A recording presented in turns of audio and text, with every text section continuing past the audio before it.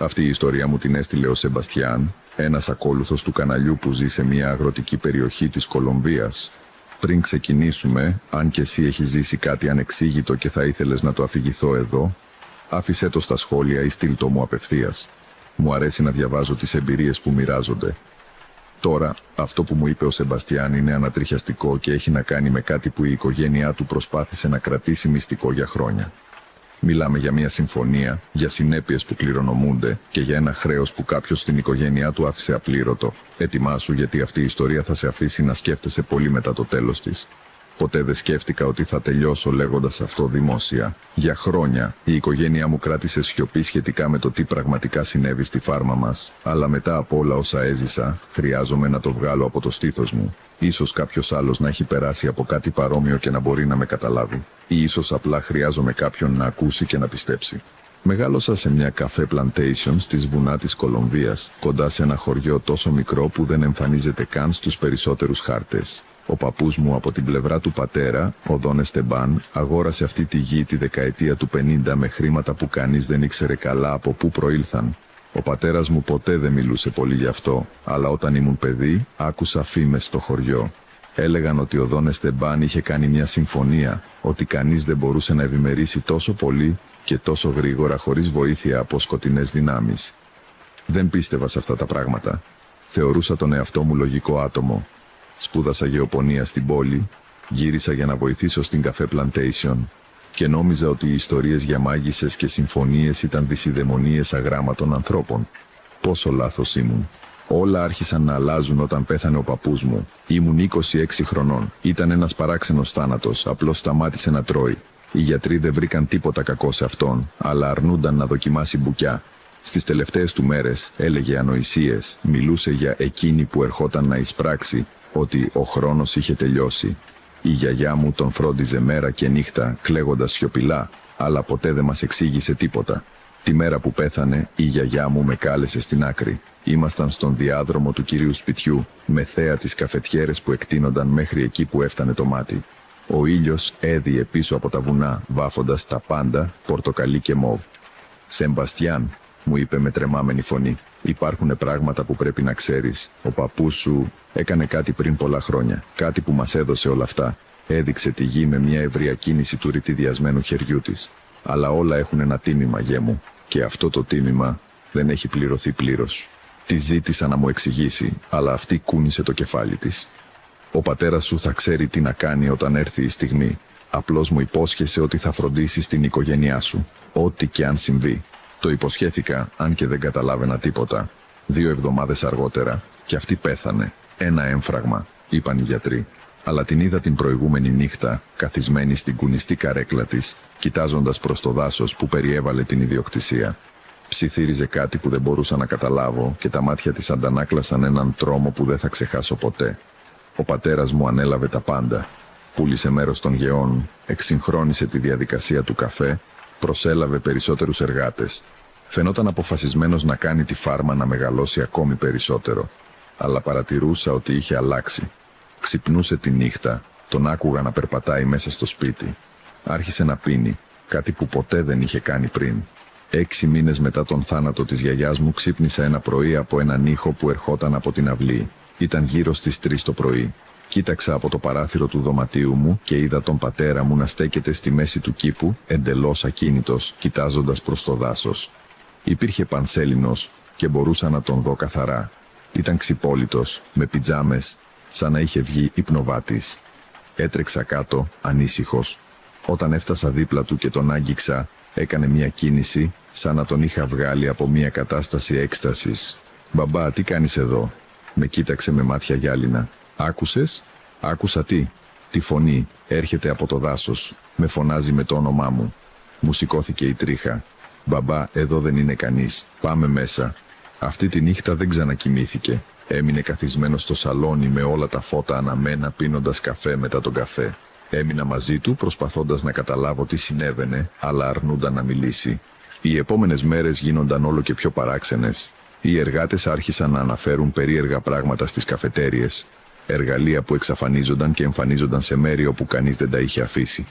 Ήχοι στο δάσος, όπως τραγούδια ή ψίθυροι που δεν μπορούσαν να αναγνωρίσουν. Ένας από τους πιο ηλικιωμένους άνδρες, ο Δον Ραμίρο, ήρθε να μιλήσει μαζί μου μια μέρα. «Δον Σεμπαστιάν», μου είπε, βγάζοντας το καπέλο του με σεβασμό. «Με όλο το σεβασμό, αλλά υπάρχει κάτι λάθος σε αυτή τη γη.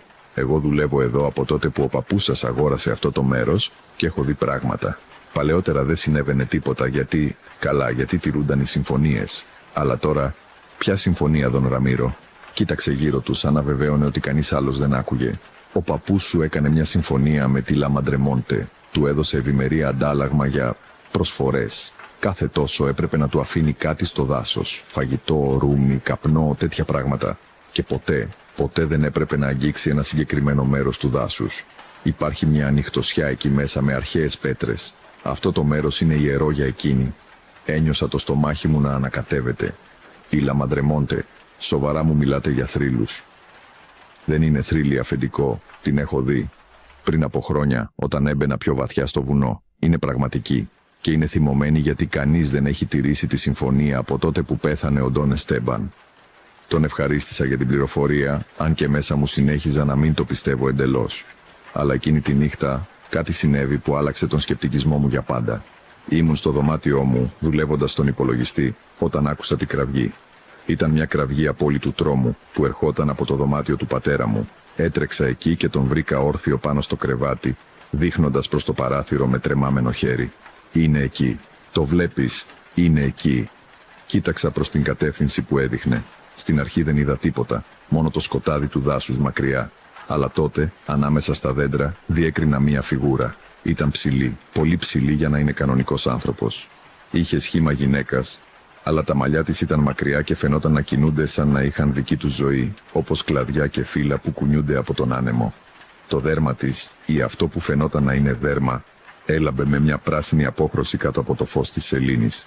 Έμεινα παράλυτος. Η φιγούρα κινούνταν ανάμεσα στα δέντρα με μια αφύσικη χάρη πλησιάζοντας αργά το σπίτι. Μπορούσα να ακούσω έναν ήχο τώρα, έναν ψίθυρο που φαινόταν να έρχεται από παντού ταυτόχρονα. Δεν ήταν καθαρές λέξεις, αλλά με κάποιον τρόπο κατάλαβα το μήνυμα. Αυτό που υποσχέθηκε πρέπει να πληρωθεί. Ο πατέρας μου κατέρευσε στο κρεβάτι, κλαίγοντας σαν παιδί. Λυπάμαι τόσο πολύ. Δεν ήξερα πώς να συνεχίσω τη συμφωνία. Ο μπαμπάς ποτέ δεν μου εξήγησε καλά. Νόμιζα ότι με τον θάνατό του όλα θα τελείωναν. Η φιγούρα σταμάτησε ακριβώς στο όριο του κήπου, σαν να της απαγόρευε μια αόρατη μπάρα να πλησιάσει περισσότερο. Μας κοίταξε κατευθείαν και αν και δεν μπορούσα να δω τα μάτια της καθαρά, ένιωσα το βάρος του βλέμματός της να με διαπερνά. Έπειτα, αργά, γύρισε και επέστρεψε στο δάσος, εξαφανιζόμενη ανάμεσα στις σκιές. Εκείνη τη νύχτα δεν κοιμηθήκαμε. Ο πατέρας μου τελικά μου είπε τα πάντα. Ο παππούς είχε κάνει τη συμφωνία όταν ήταν νέος, απελπισμένος να ξεφύγει από τη φτώχεια. Η Μαδρεμόντε του υποσχέθηκε ότι η γη θα ήταν εύφορη, ότι ποτέ δεν θα του έλειπε χρήμα. Αλλά αντάλλαγμα έπρεπε να προσφέρει συγκεκριμένες θυσίες κάθε πανσέλινο και να διατηρεί παρθένο ένα μέρος του δάσους, χωρίς ποτέ να αγγίξει τις αρχαίες πέτρες που υπήρχαν εκεί. Ο παππούς μου τηρούσε θρησκευτικά τις παραδόσεις για δεκαετίες, αλλά καθώς γερνούσε, έγινε αμελής, ξέχασε κάποιες προσφορές. Και το χειρότερο, ένα χρόνο πριν πεθάνει, είχε επιτρέψει σε κάποιους εργάτες να κόψουν δέντρα επικίνδυνα κοντά στο ιερό clearing. Δεν άγγιξαν τις πέτρες, αλλά παραβίασαν την περιφέρεια. Η Μαντρεμόντε ήρθε να εισπράξει. Πρώτα σε αυτόν, καταναλώνοντας τον αργά μέχρι να πεθάνει. Μετά στη γιαγιά μου, που ήξερε την αλήθεια και κουβαλούσε την ενοχή. Και τώρα ερχόταν για τον πατέρα μου. «Πρέπει να κάνεις τις προσφορές, Σεμπαστιάν», μου παρακάλεσε. «Είναι ο μόνος τρόπος». Κάθε πανσέλινο άφησε καπνό, ρούμι, φρούτα και λουλούδια στην άκρη του δάσους. Ποτέ μην μπεις στο clearing, ποτέ μην αγγίξεις τις πέτρες. Και προσευχή σου να δεχτεί ότι η συμφωνία συνεχίζεται μαζί σου. Δεν ήξερα αν να τον πιστέψω εντελώς, αλλά αυτό που είχα δει ήταν αναμφισβήτητο. Κάτι υπήρχε σε αυτό το δάσος, κάτι αρχαίο και ισχυρό. Το επόμενο φεγγάρι ετοίμασα την προσφορά όπως μου υπέδειξε ο πατέρας μου. Χειροποίητο τσιγάρο, μια φιάλη παλιού ρούμι, όρημα μάγκο, άγρια λουλούδια και κεριά. Περίμενα μέχρι τα μεσάνυχτα και περπάτησα προς το δάσος με όλα σε ένα καλάθι. Το δάσος τη νύχτα ήταν ένας άλλος κόσμος. Η κανονική ήχη της ημέρας, πουλιά, έντομα, ο άνεμος, αντικαθίσταντο από μια πυκνή σιωπή που διακοπτόταν μόνο περιστασιακά από θορύβους που δεν μπορούσα να προσδιορίσω. Είχα μια φακό, αλλά το φως της φαινόταν αδύναμο, απορροφημένο από το γύρο σκοτάδι. Έφτασα στην άκρη του δάσους και άφησα το καλάθι στο έδαφος ακριβώς εκεί που τελείωνε το γρασίδι του κήπου και άρχιζε η γη του βουνού. Γονάτισα, όπως μου είχε πει ο πατέρας μου να κάνω, και μίλησα δυνατά. «Κυρία του βουνού, φέρνω αυτές τις προσφορές με σεβασμό. Ζητώ συγγνώμη για τις αμαρτίες της οικογένειάς μου και υπόσχομαι να τηρήσω τη συμφωνία που έκανε ο παππούς μου». Η σιωπή βαθαίνει. Μπορούσα να νιώσω ότι κάτι με παρακολουθούσε από το σκοτάδι. Ο αέρας έγινε πιο κρύος και μια μυρωδιά από βρεγμένο χώμα και από συντιθέμενη βλάστηση με περιέβαλε. Τότε την άκουσα. Μια φωνή που φαινόταν να προέρχεται από τον ίδιο τον άνεμο, βαριά και πολλαπλή, σαν πολλές φωνές να μιλούσαν ταυτόχρονα. «Η συμφωνία έχει παραβιαστεί. Το αίμα πρέπει να πληρώσει». Μου ξεράθηκε το στόμα. Τι σημαίνει αυτό? «Ο παππούς σου υποσχέθηκε τη γραμμή του. 3 γενιές υπηρεσίας. Αυτός το τήρησε. Ο πατέρας σου απέτυχε. Τώρα εσύ πρέπει να πληρώσεις το χρέος στο σύνολό του ή να πάρεις τη θέση του». Ένιωσα τα πόδια μου να τρέμουν. Να πάρω τη θέση του. Τι σημαίνει αυτό? Η φωνή δεν απάντησε.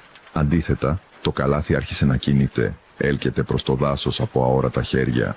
Το είδα να εξαφανίζεται ανάμεσα στους θάμνους και μετά σιωπή.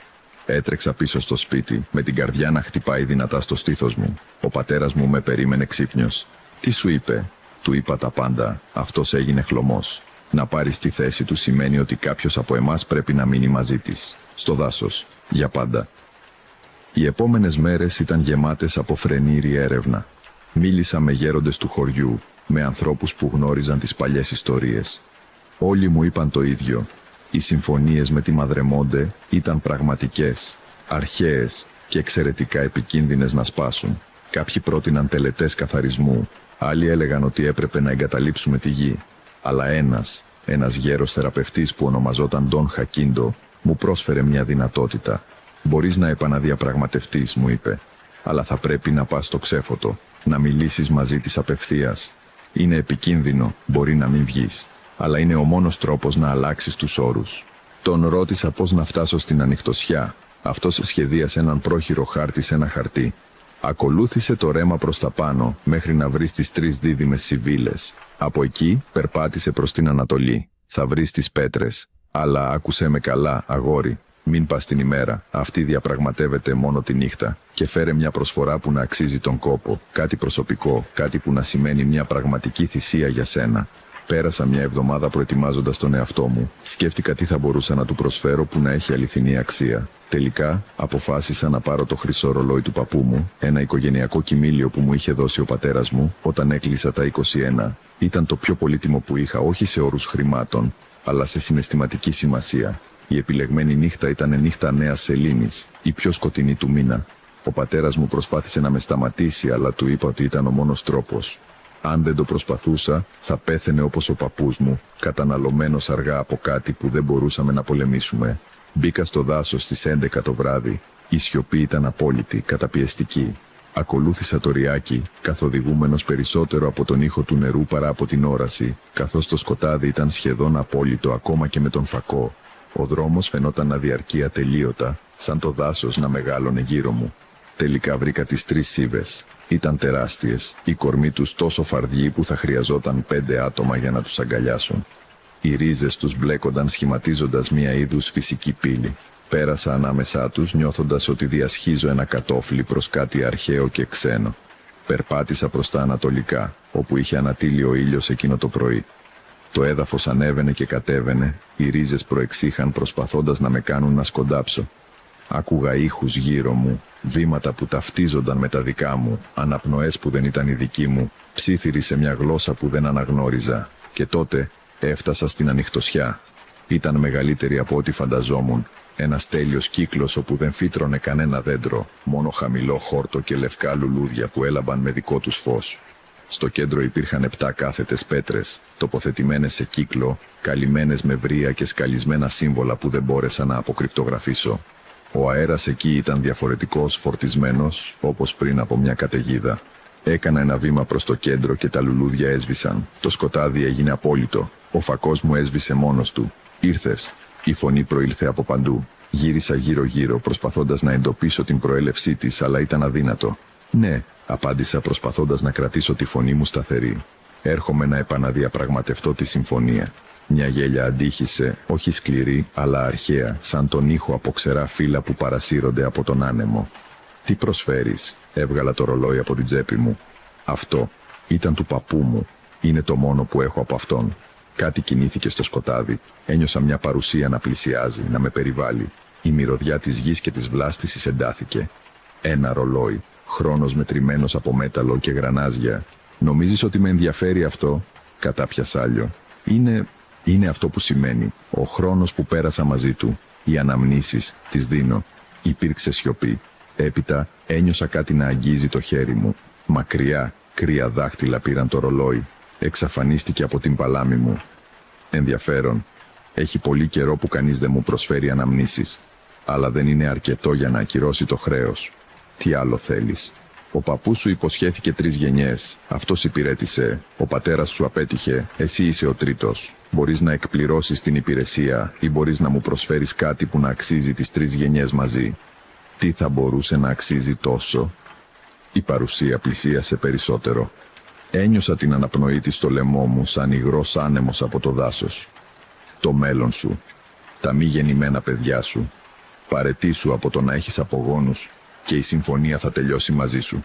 Η γη θα παραμείνει ευημερούσα μέχρι την ημέρα που θα πεθάνεις. Αλλά δεν θα υπάρξει 4η γενιά. Η γραμμή σου τελειώνει και μαζί της η αξίωσή μου. Μου πάγωσε το αίμα. Τα παιδιά μου. Αυτά που δεν υπάρχουν ακόμα. Δεν σου παίρνω τίποτα που ήδη έχεις. Αλλά αν αποδεχτείς, δεν θα μπορέσεις ποτέ να έχεις απογόνους. Το όνομά σου θα πεθάνει μαζί σου. Είναι ένα τίμημα που είσαι διατεθειμένος να πληρώσεις για να σώσεις τον πατέρα σου και να απελευθερωθείς από την αξίωσή μου. Σκέφτηκα την κοπέλα μου, με την οποία είχα μιλήσει για να παντρευτούμε σύντομα. Σκέφτηκα τα παιδιά που είχαμε φανταστεί. Σκέφτηκα όλες τις μελλοντικές ζωές που δεν θα υπήρχαν ποτέ. Αλλά σκέφτηκα επίσης τον πατέρα μου να καταναλώνεται όπως έκανε ο παππούς μου. Σκέφτηκα τον δρόμο στα μάτια της γιαγιάς μου. Σκέφτηκα την κατάρα που βάραινε την οικογένειά μου. «Θα μείνει ο πατέρας μου ελεύθερος?» ρώτησα. «Ναι, η συμφωνία θα σφραγιστεί μαζί σου. Όταν πεθάνεις χωρίς κληρονόμους, το χρέος θα έχει αποπληρωθεί. Η γη θα γίνει ξανά μόνο γη, χωρίς ευλογίες, χωρίς κατάρες». Έκλεισα τα μάτια. Ένα μέρος μου φώναζε να φύγω, να μην αποδεχτώ. Αλλά ένα άλλο μέρος, το μέρος που είχε δει την οικογένειά μου να υποφέρει, ήξερε ότι δεν υπήρχε άλλη επιλογή. «Αποδέχομαι». Ο αέρας εξεράγει γύρω μου. Ένιωσα κάτι να μπαίνει μέσα μου, κρύο σαν πάγος, καίγοντας σαν φωτιά. Ήταν σαν να με σημάδευαν αόρατα χέρια από μέσα. Έπεσα στα γόνατα φωνάζοντας, ενώ ο πόνος με διαπερνούσε. Δεν ξέρω πόσο κράτησε. Όταν τελικά σταμάτησε, ήμουν ξαπλωμένος στο έδαφος, λαχανιασμένος. Τα λευκά λουλούδια είχαν ξαναλάμψει, φωτίζοντας απαλά την ανοιχτοσιά. «Έγινε», είπε η φωνή, τώρα πιο μακριά. «Η συμφωνία είναι σφραγισμένη. Φύγε και μην επιστρέψεις ποτέ σε αυτό το μέρος». Σηκώθηκα με δυσκολία και βγήκα από το ξέφωτο, ταλαντευόμενος. Ο δρόμος της επιστροφής ήταν θολός. Το μυαλό μου ακόμα επεξεργαζόταν ό,τι είχα κάνει. Όταν έφτασα στο σπίτι, ο ήλιος είχε ήδη ανατείλει. Ο πατέρας μου με περίμενε στην βεράντα. Ένα παράξενο πράγμα. Φαινόταν καλύτερα, λιγότερο καταβεβλημένος, σαν να είχε αφαιρεθεί ένα αόρατο βάρος από τους ώμους του. «Τι έκανες?» με ρώτησε. Του είπα τα πάντα. Όταν τελείωσα, έκλαψε. Με αγκάλιασε σφιχτά, αλλά στα μάτια του είδα ευγνωμοσύνη αναμεμειγμένη με μια βαθιά θλίψη. Αυτό συνέβη πριν 5 χρόνια. Η φάρμα παραμένει ευημερούσα, αλλά ξέρω ότι είναι προσωρινό. Την ημέρα που θα πεθάνω, όλα αυτά θα τελειώσουν. Χώρισα με την κοπέλα μου 1 μήνα μετά. Δεν μπορούσα να την παντρευτώ γνωρίζοντας ότι ποτέ δεν θα μπορούσα να της δώσω την οικογένεια που επιθυμούσε. Της είπα ότι ανακάλυψα ότι ήμουν στήρος λόγω ιατρικής κατάστασης. Ήταν πιο εύκολο από την αλήθεια. Μερικές φορές, τη νύχτα, ακούω ψίθυρους που έρχονται από το δάσος. Ποτέ δεν έχω επιστρέψει στον καθαρό χώρο και ποτέ δεν θα το κάνω. Αλλά ξέρω ότι είναι εκεί, περιμένοντας, το ρολόι του παππού μου, οι αναμνήσεις μου μαζί του και το μέλλον μου που ποτέ δεν θα είναι, όλα είναι μαζί της τώρα. Η συμφωνία είναι σφραγισμένη. Και εγώ κουβαλάω αυτή την αλήθεια κάθε μέρα. Η οικογενειακή μου γραμμή τελειώνει μαζί μου. Δεν θα υπάρξει 4η γενιά. Θυσίασα το μέλλον μου για να απελευθερώσω την οικογένειά μου από ένα χρέος που ποτέ δεν έπρεπε να αναλυφθεί. Έκανα το σωστό. Δεν ξέρω. Υπάρχουν νύχτες που αναρωτιέμαι αν έπρεπε να φύγω, να εγκαταλείψω τη γη Να αφήσω τον πατέρα μου να αντιμετωπίσει τις συνέπειες των αποφάσεων του παππού μου. Αλλά όταν τον βλέπω να χαμογελά, όταν βλέπω ότι κοιμάται ήσυχος για πρώτη φορά μετά από χρόνια, πιστεύω ότι ίσως άξιζε, αν και ποτέ δεν θα μπορέσω να είμαι εντελώς σίγουρος. Γιατί μερικές φορές, όταν είμαι μόνος, νιώθω αυτή τη κρύα σφραγίδα μέσα μου, που μου θυμίζει την τιμή που πλήρωσα, και ξέρω ότι η Λαμαντρεμόντε δεν ξεχνά. Περιμένει, περιμένοντας την ημέρα που θα πεθάνω και το χρέος θα εξοφληθεί τελικά. Μέχρι τότε ζω με αυτό το βάρος, με αυτό το μυστικό, με αυτή τη θυσία που κανείς άλλος εκτός από μένα δεν μπορεί να κατανοήσει πλήρως. Και το δάσος είναι πάντα εκεί, παρακολουθώντας, θυμίζοντάς μου ότι ορισμένες συμφωνίες υπερβαίνουν τις γενιές και ότι η τιμή της φιλοδοξίας μπορεί να εισπραχθεί με τρόπους που ποτέ δεν φανταστήκαμε. Αυτή είναι η ιστορία που μου μοιράστηκε ο Σεμπαστιάν. Μου έδωσε άδεια να την αφηγηθώ με την προϋπόθεση να διατηρήσω την ακριβή του τοποθεσία ιδιωτική. Λέει ότι τώρα είναι 31 ετών και ότι κάθε μέρα ζει, γνωρίζοντας ότι η απόφασή του ήταν οριστική. Αν ποτέ έχεις βρεθεί σε μια κατάσταση όπου έπρεπε να θυσιάσεις κάτι σημαντικό για την οικογένειά σου, άφησέ το στα σχόλια. Με συναρπάζει να διαβάζω πώς οι άνθρωποι αντιμετωπίζουν αδύνατες αποφάσεις. Και αν απόλαυσες αυτή την ιστορία, κάνε εγγραφή για να ακούς περισσότερες μαρτυρίες όπως αυτή κάθε εβδομάδα. Υπάρχουν πολλές περισσότερες εμπειρίες που αξίζει να γνωρίσεις. Καλό βράδυ και θα τα πούμε σύντομα.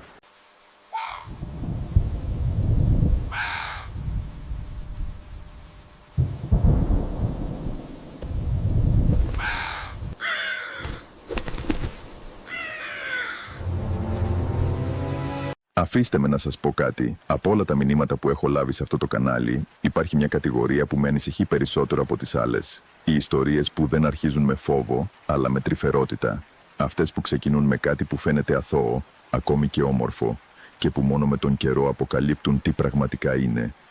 Αυτή την ιστορία μου την έστειλε η Σοφία, μια συνταξιούχος νοσοκόμα από τη Βενεζουέλα, που τώρα ζει στην Ισπανία. Μου έγραψε με πολύ γαλήνη, σαν κάποιος που έχει χρόνο να τακτοποιήσει όσα έζησε. Αν έχεις μια ιστορία κρυμμένη που κανείς άλλος δεν θα πίστευε, στείλε μου την. Εδώ ακούγεται τα πάντα. Αυτό είναι που παρακολούθησε η Σοφία κατά τη διάρκεια των 2 μηνών που πέρασε μόνη στο σπίτι της παιδικής της ηλικίας, φροντίζοντας τη μητέρα της που ήταν άρρωστη, σε ένα χωριό των Άνδεων της Βενεζουέλας. Όταν έχεις δουλέψει 30 χρόνια σε ένα νοσοκομείο, χάνεις το φόβο για την πλειονότητα των πραγμάτων. Το λέω χωρίς αλαζονία. Είναι απλώς αυτό που συμβαίνει όταν συμβιώνεις με τον πόνο και το θάνατο καθημερινά. Συνηθίζεις στα δύσκολα μέρη, στις σκοτεινές ώρες, στις στιγμές που το ανθρώπινο σώμα κάνει πράγματα που κανείς δεν θέλει να δει. Ήμουνα νοσοκόμα σε κλινική στο τμήμα εσωτερικής ιατρικής και πέρασα 3 δεκαετίες βλέποντας τα πάντα. Δεν με τρόμαζε να μένω μόνη τη νύχτα σε ένα δωμάτιο με έναν κρίσιμο ασθενή. Δεν με τρόμαζε η σιωπή στους διαδρόμους στις 4 το πρωί. Πίστευα ότι τίποτα δεν θα μπορούσε να με εκπλήξει πια. Συνταξιοδοτήθηκα πριν από 6 χρόνια και ήρθα να ζήσω στην Ισπανία με τον γιο μου Γερμάν, ο οποίος ήδη ζούσε εδώ και αρκετά χρόνια και εργαζόταν.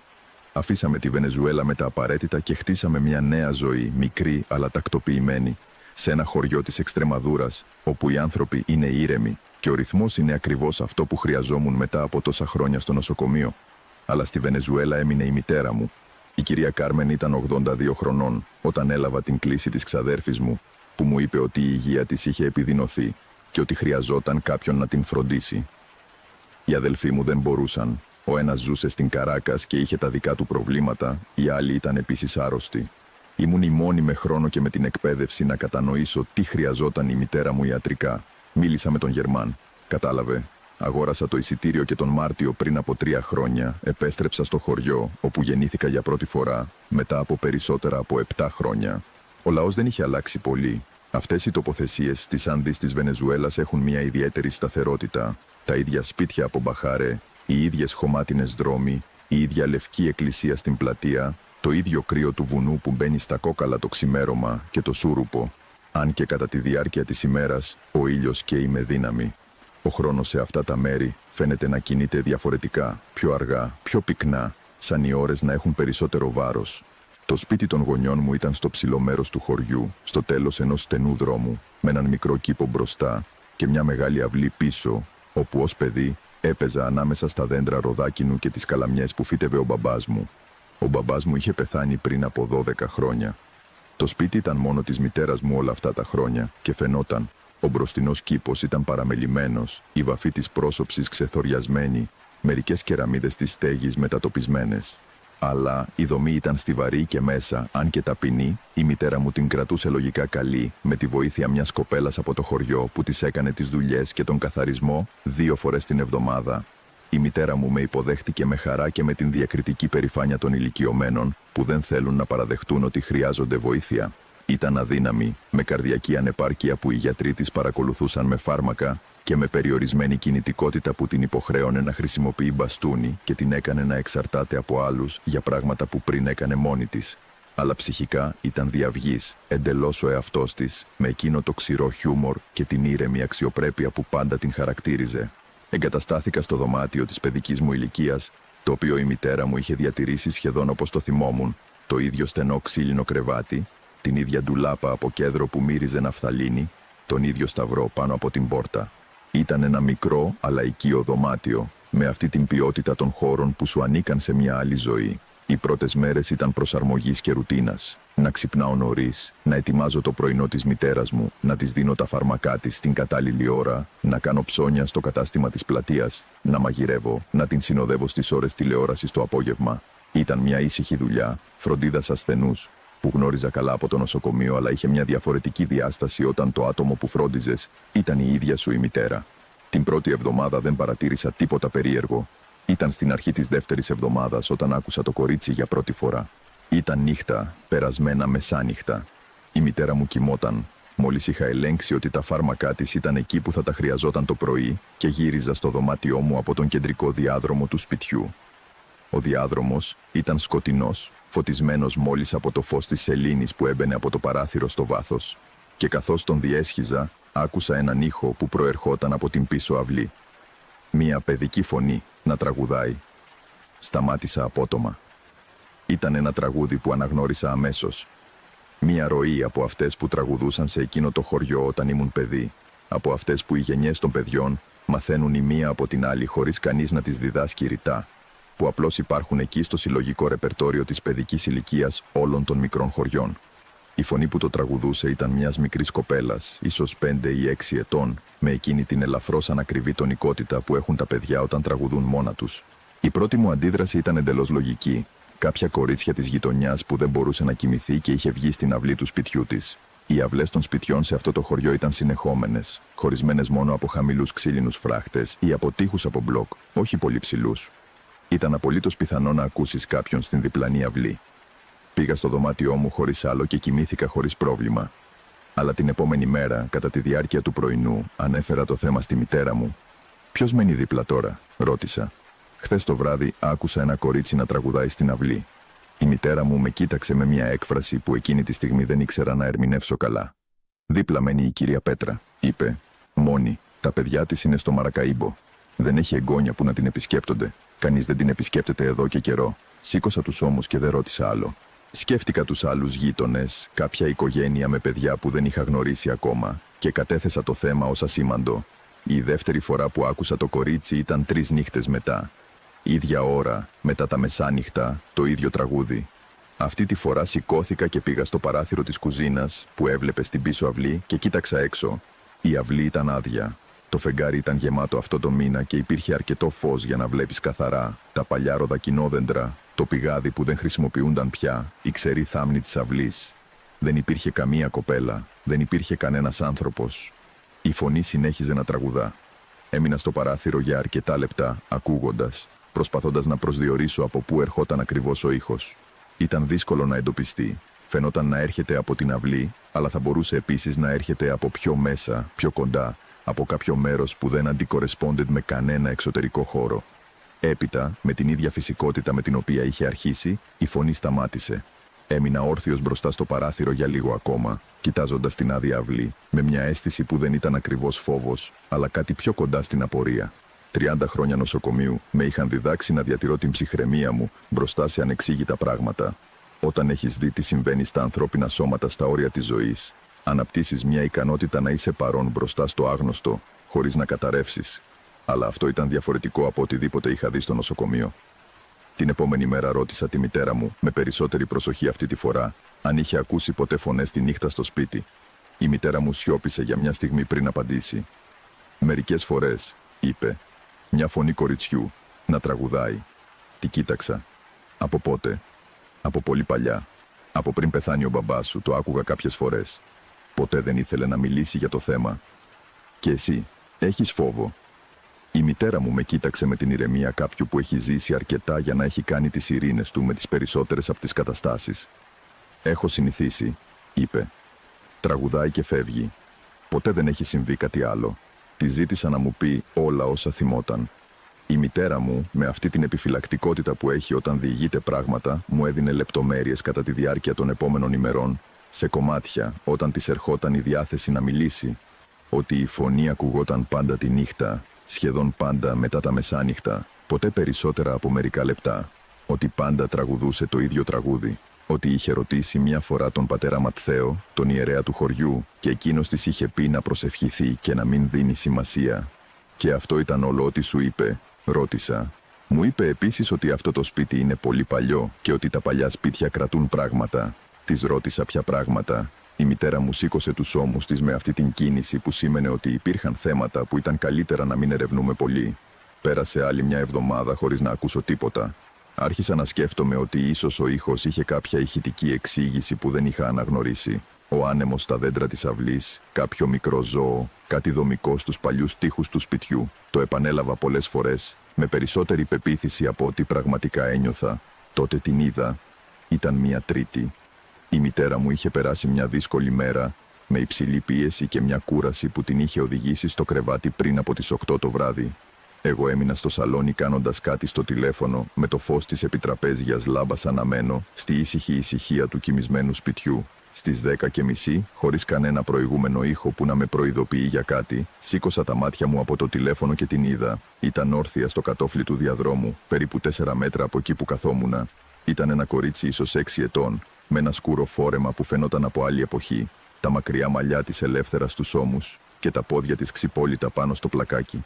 Με κοίταζε με μια έκφραση που δεν ήταν η έκφραση των παιδιών, πολύ ακίνητη, πολύ σταθερή, χωρίς την φυσική κινητικότητα του παιδικού προσώπου. Δεν φώναξα, δεν σηκώθηκα απότομα, έμεινα απολύτως ακίνητος. Την κοιτούσα, ενώ το μυαλό μου επεξεργαζόταν αυτά που έβλεπαν τα μάτια μου. Το κορίτσι δεν κουνήθηκε. Συνεχώς με κοιτούσε με αυτή την ηρεμία που δεν ανήκε σε κανένα ζωντανό παιδί που είχα γνωρίσει στη ζωή μου και που ήταν πιο ανατριχιαστική από οποιαδήποτε απειλητική κίνηση. Απλά ήταν εκεί, παρούσα, με μια προσοχή που δεν είχε τίποτα το παιδικό. «Ποια είσαι?» είπα, χαμηλόφωνα. Η κοπέλα δεν απάντησε, αλλά συνέβη κάτι που με πάγωσε εντελώς. Έγειρε το κεφάλι της στο πλάι, πολύ αργά, σε μια γωνία που θα μπορούσε να κάνει ένα πραγματικό παιδί, αλλά σε αυτό το πλαίσιο, με αυτή την ησυχία, με αυτή την ακινησία, αποδείχθηκε ότι ήταν η πιο ανατριχιαστική κίνηση που είχα δει στη ζωή μου. Μετά εξαφανίστηκε. Δεν έφυγε περπατώντας, δεν γύρισε. Απλώς σταμάτησε να υπάρχει. Έμεινα στην καρέκλα χωρίς να κουνηθώ για ένα χρονικό διάστημα που δεν μπορώ να υπολογίσω. Ο διάδρομος ήταν άδειος. Το σπίτι ήταν σιωπηλό. Η λάμπα ήταν ακόμα αναμένη πάνω στο τραπέζι. Σηκώθηκα, πήγα στον διάδρομο, έλεγξα κάθε δωμάτιο. Δεν υπήρχε τίποτα. Η κύρια πόρτα ήταν κλειδωμένη από μέσα, όπως πάντα την άφηνα. Τα παράθυρα επίσης. Δεν υπήρχε καμία πιθανότητα να είχε βρεθεί ένα πραγματικό παιδί σε αυτό το δωμάτιο και να είχε βγει χωρίς να το δω ή να το ακούσω. Αυτή τη νύχτα δεν κοιμήθηκα. Έμεινα καθιστή στο κρεβάτι με το φως αναμένο μέχρι που ξημέρωσε. Την επόμενη μέρα πήγα στην εκκλησία να βρω τον πατέρα Ματθαίο. Ήταν ένας άντρας γύρω στα 60, ψηλός και ήρεμος, με εκείνη τη συγκεκριμένη γαλήνη που έχουν μερικοί ιερείς που ζουν δεκαετίες σε μικρά χωριά και έχουν ακούσει τα πάντα. Τον βρήκα στη σακριστία και του ζήτησα να μιλήσουμε. Του είπα για τη φωνή, για τη φιγούρα στο κατόφλι. Ο πατέρας Ματθαίος με άκουσε χωρίς να με διακόψει, με τα χέρια ενωμένα πάνω στο τραπέζι, με μια έκφραση που δεν ήταν έκπληξη αλλά αναγνώριση μετρημένη. Όταν τελείωσα, έμεινε σιωπηλός για μια στιγμή. «Αυτό το σπίτι έχει ιστορία», είπε. «Μια ιστορία που οι περισσότεροι άνθρωποι στο χωριό γνωρίζουν αλλά προτιμούν να μην αναφέρουν». Του ζήτησα να μου την πει. Πριν από πολλά χρόνια, πριν οι γονείς μου αγοράσουν το σπίτι, είχε ζήσει εκεί μια οικογένεια που είχε μια τραγωδία. Ένα μικρό κορίτσι πέθανε στην πίσω αυλή, στην πηγή που είχα δει στεγνή σε όλη μου την παιδική ηλικία. Ένα ατύχημα, σύμφωνα με την επίσημη εκδοχή. Αλλά ο πατέρας Ματθαίος, που είχε φτάσει στο χωριό πολλά χρόνια αργότερα, αλλά είχε ακούσει την ιστορία από τους παλιούς ενορίτες, είπε ότι υπήρχαν εκδοχές που δεν τέριαζαν με το ατύχημα και ότι κανείς δεν ήθελε να ερευνήσει πολύ. «Αυτό που πιστεύω», είπε, με μια προσεκτική ακρίβεια που εκτίμησα, «είναι ότι αυτό το κορίτσι δεν βρήκε τον δρόμο για να φύγει, ότι κάτι την κρατάει εδώ. Δεν νομίζω ότι είναι κακή θέληση από μέρους της. Πιστεύω ότι απλώς είναι χαμένη». Τη ρώτησα τι θα μπορούσε να γίνει. «Αυτό που πάντα μπορείς να κάνεις, να προσευχηθείς για αυτήν, να τη ζητήσεις να βρει ανάπαυση, όχι με φόβο, αλλά με συμπόνια. Οι παρουσίες αυτού του είδους ανταποκρίνονται περισσότερο στη συμπόνια παρά στο φόβο». Τη ρώτησα αν θα έπρεπε να κάνω κάτι πιο συγκεκριμένο, κάτι πιο επίσημο. Ο πατέρας Ματθαίος το σκέφτηκε. «Μπορώ να πάω στο σπίτι και να κάνω μια ευλογία. Όχι για να διώξω κάτι, αλλά για να ανοίξω έναν δρόμο. Για να μπορέσει αυτό που είναι παγιδευμένο να απελευθερωθεί». Πήγε στο σπίτι 2 μέρες αργότερα, μια Πέμπτη απόγευμα. Η μητέρα μου τον υποδέχτηκε με τη χαρά εκείνου που βλέπει κάποιον γνωστό και αξιόπιστο. Εκείνος περιηγήθηκε στο σπίτι ήρεμα, προσευχόμενος χαμηλόφωνα, με το αγιασμένο νερό και το λιβάνι, χωρίς δράμα ή υπερβολές. Ήταν μια ήρεμη τελετή που κράτησε ίσως 40 λεπτά. Όταν τελείωσε, ο πατέρας Ματθαίος ήπιε καφέ με τη μητέρα μου και εμένα στην κουζίνα. «Νομίζετε ότι λειτουργήσε?» ρώτησε η μητέρα μου, άμεση όπως πάντα. «Δεν το ξέρω με βεβαιότητα», είπε εκείνος με την ειλικρίνεια που του ευχαρίστησα. «Αυτά τα πράγματα δεν λύνονται πάντα αμέσως, αλλά νομίζω ότι άνοιξε κάτι. Αυτή τη νύχτα άκουσα το κορίτσι να τραγουδάει για τελευταία φορά. Ήταν μετά τα μεσάνυχτα, όπως πάντα. Σηκώθηκα και πήγα στο παράθυρο της κουζίνας. Η αυλή ήταν λουσμένη από το φεγγάρι, τα ροδάκινα έριχναν μακριές σκιές στο έδαφος. Το ξηρό πηγάδι στο βάθος με την πέτρινη άκρη του καλυμμένη με βρύα. Η φωνή τραγουδούσε το ίδιο τραγούδι όπως πάντα. Αλλά υπήρχε κάτι διαφορετικό σε αυτήν αυτή τη φορά. Δεν ξέρω πώς να το περιγράψω ακριβώς, αλλά ακουγόταν πιο μακρινή, σαν να ερχόταν από πιο μέσα από κάτι αντί από την αυλή. Και είχε μια ποιότητα που σε 30 χρόνια νυχτερινής εργασίας στο νοσοκομείο είχα μάθει να αναγνωρίζω. Την ποιότητα κάτι που φεύγει, που βρίσκεται σε αυτό το κατόφλι μεταξύ του να είναι και του να μην είναι. Το τραγούδι κράτησε ίσως 2 λεπτά. Μετά γινόταν πιο αχνό, πιο μακρινό, πιο λεπτό, μέχρι που διαλύθηκε στη σιωπή της νύχτας. Δεν το άκουσα ξανά. Πέρασα έναν ακόμη μήνα στο χωριό φροντίζοντας τη μητέρα μου, μέχρι που η υγεία της σταθεροποιήθηκε αρκετά, ώστε το κορίτσι του χωριού και οι περιοδικές επισκέψεις της αδελφής μου να είναι αρκετές. Κατά τη διάρκεια αυτού του μήνα το σπίτι ήταν απλώς ένα σπίτι. Κανονική ήχη, κανονικός άνεμος, η συνηθισμένη σιωπή των ξημερωμάτων στις Άντις. Η μητέρα μου πέθανε 8 μήνες αργότερα, στο κρεβάτι της, ήρεμη.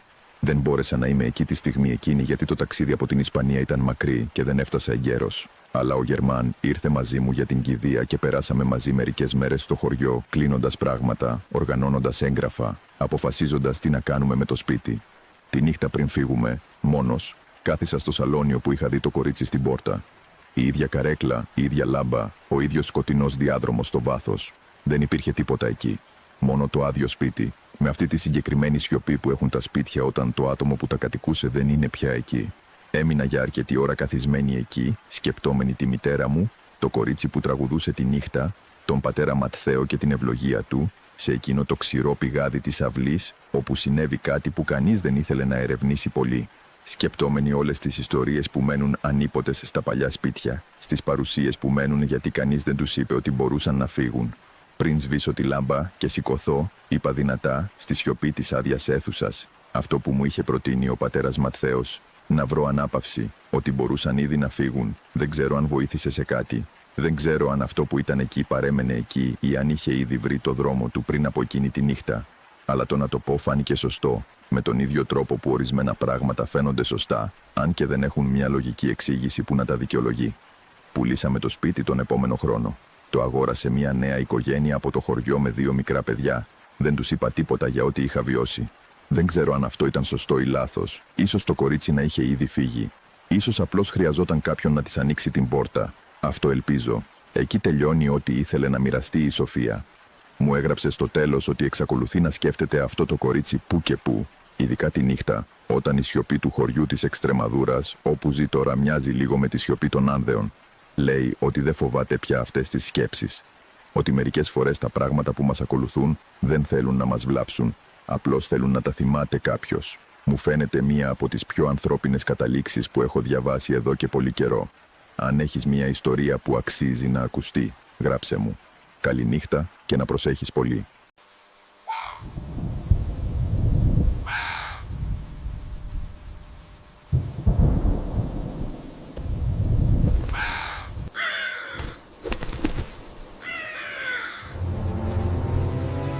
Πρόσφατα έλαβα ένα μήνυμα από έναν ακόλουθο που συστήνεται ως Τομάς.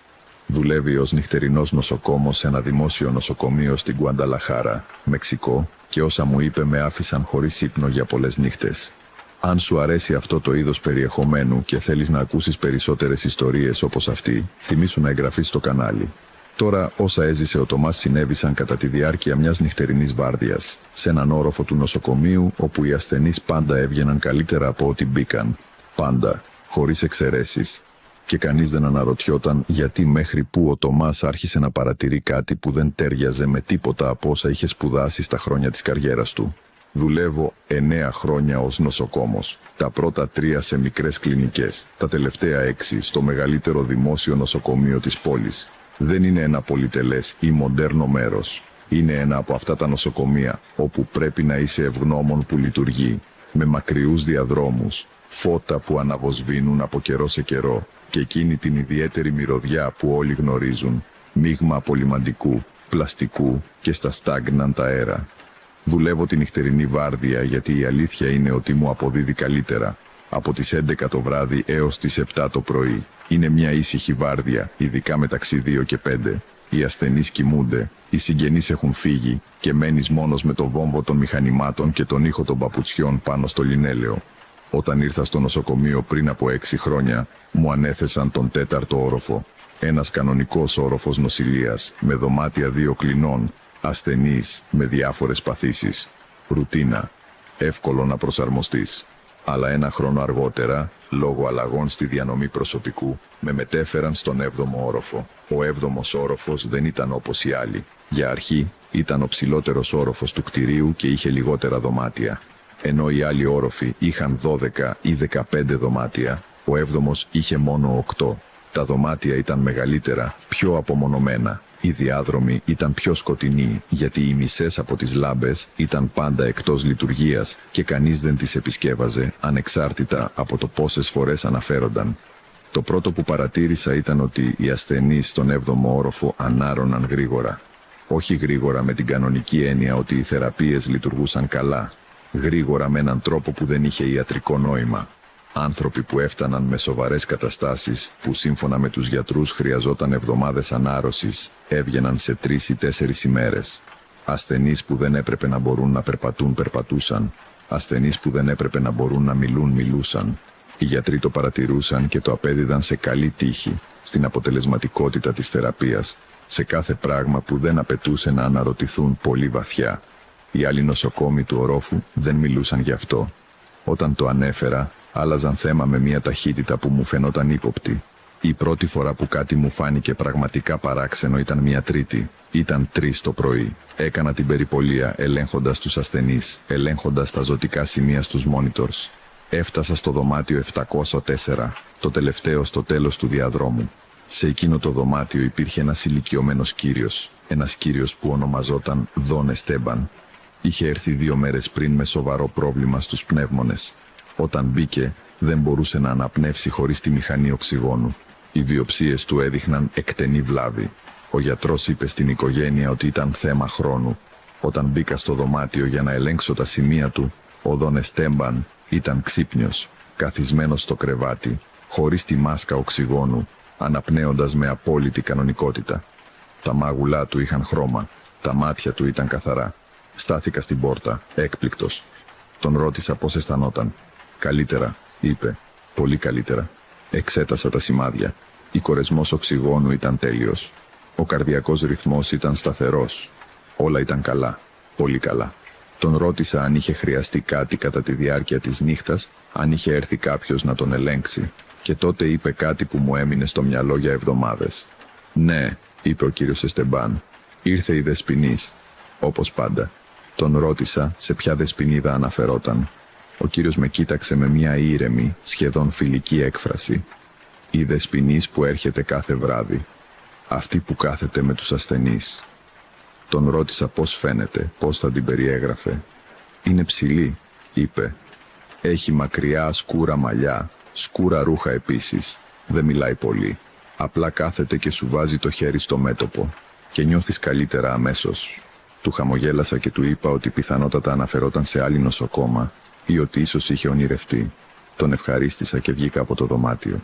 Αλλά καθώς περπατούσα στον διάδρομο επιστρέφοντας στον σταθμό νοσηλείας, έμεινα να σκέφτομαι.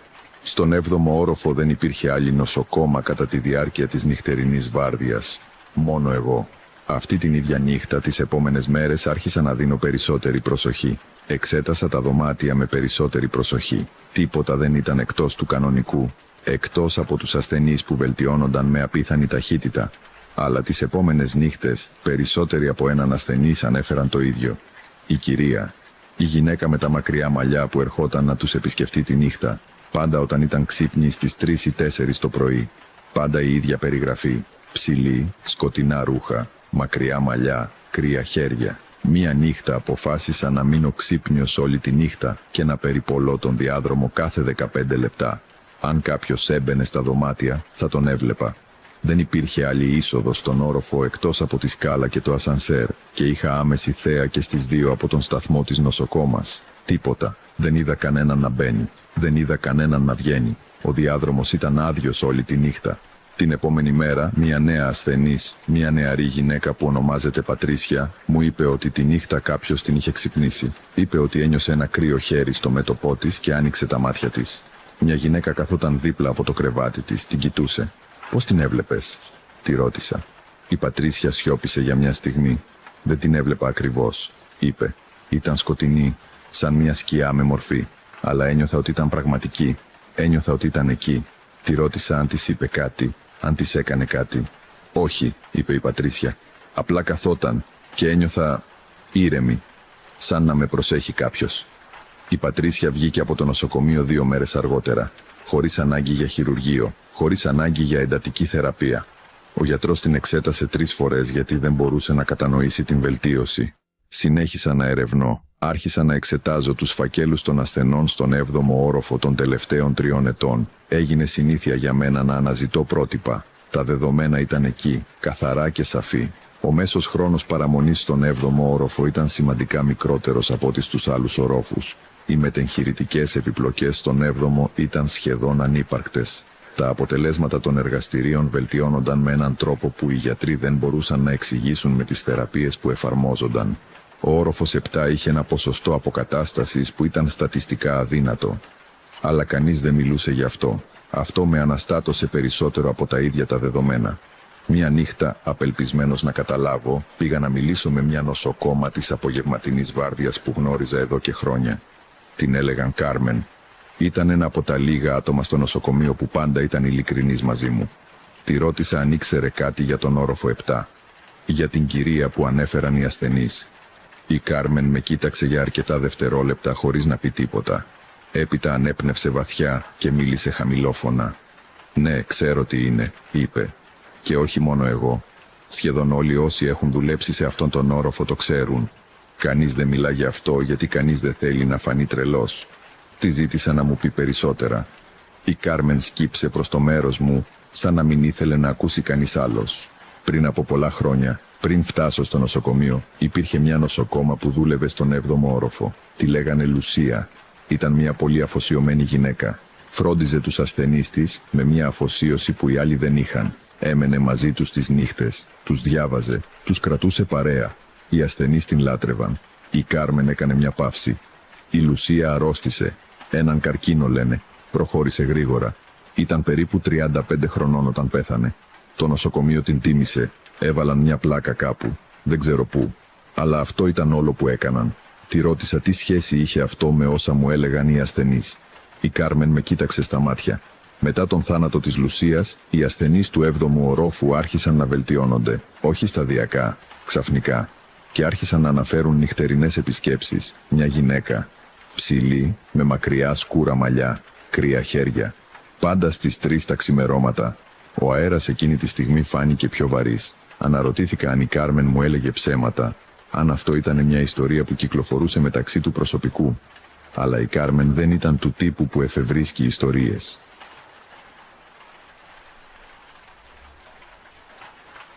Τον ρώτησα σε τι αναφερόταν. Άλλοι ασθενείς μου είπαν ότι έρχεται κάποιος, μια κυρία, που τους βοηθά να ηρεμήσουν. Του χαμογέλασα και του είπα ότι δεν υπήρχε κανείς άλλος στο διαμέρισμα κατά τη διάρκεια της νύχτας εκτός από εμένα. Ο Γαβριήλ δεν φαίνονταν πεισμένος, αλλά τελικά κοιμήθηκε. Στις 3 το πρωί πήγα να ελέγξω τον Γαβριήλ. Ήθελα να βεβαιωθώ ότι ήταν καλά πριν από την επέμβαση. Όταν μπήκα στο δωμάτιό του και κοίταξα από την πόρτα, αυτό που είδα με έκανε να μείνω παγωμένος στο κατόφλι. Ο Γαβριήλ κοιμόταν, ήρεμος, με μια έκφραση ειρήνης που δεν είχε από την ημέρα που ήρθε. Και δίπλα από το κρεβάτι του, καθισμένη στην καρέκλα, υπήρχε μια φιγούρα.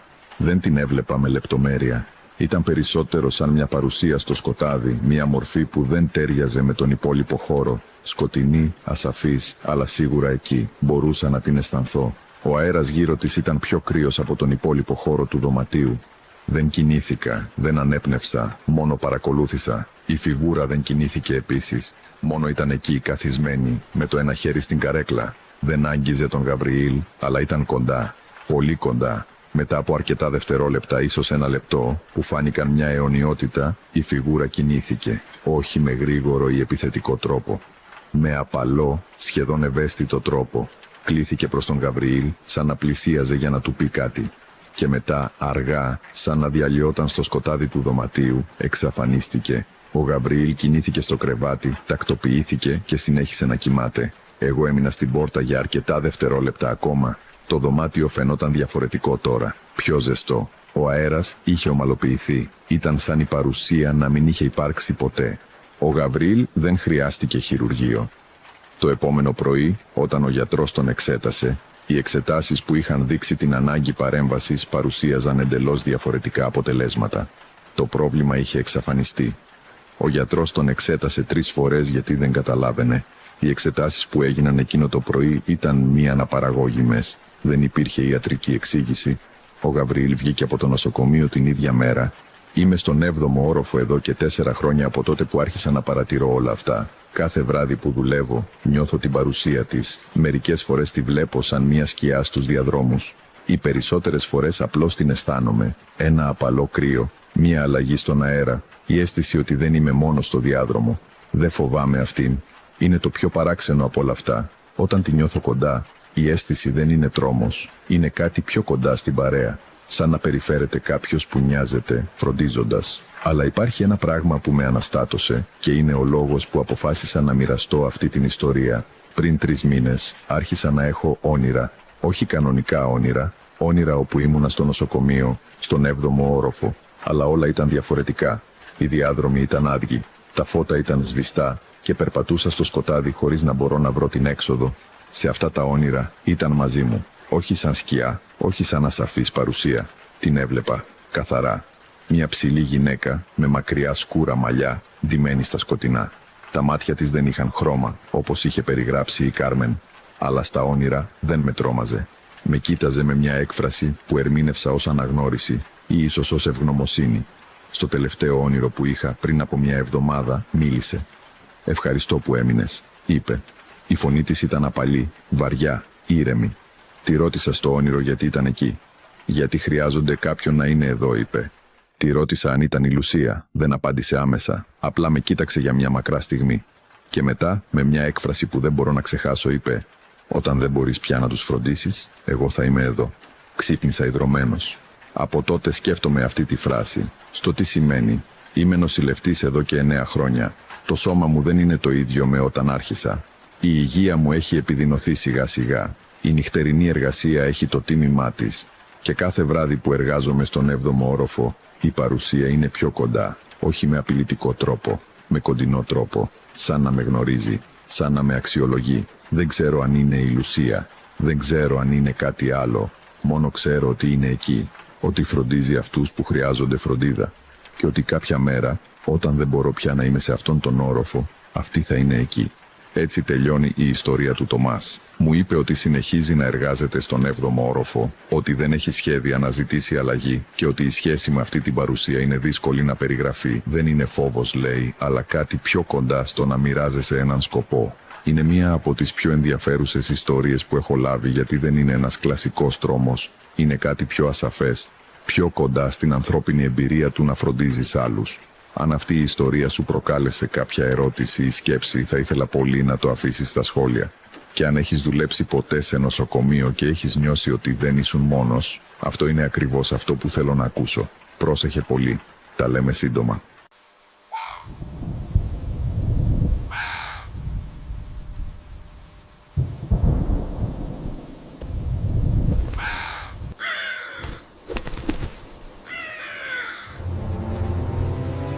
Έλαβα αυτή τη μαρτυρία από την Αντρέα, μια ακόλουθο που εργάζεται ως νοσοκόμα σε ένα νοσοκομείο της πόλης.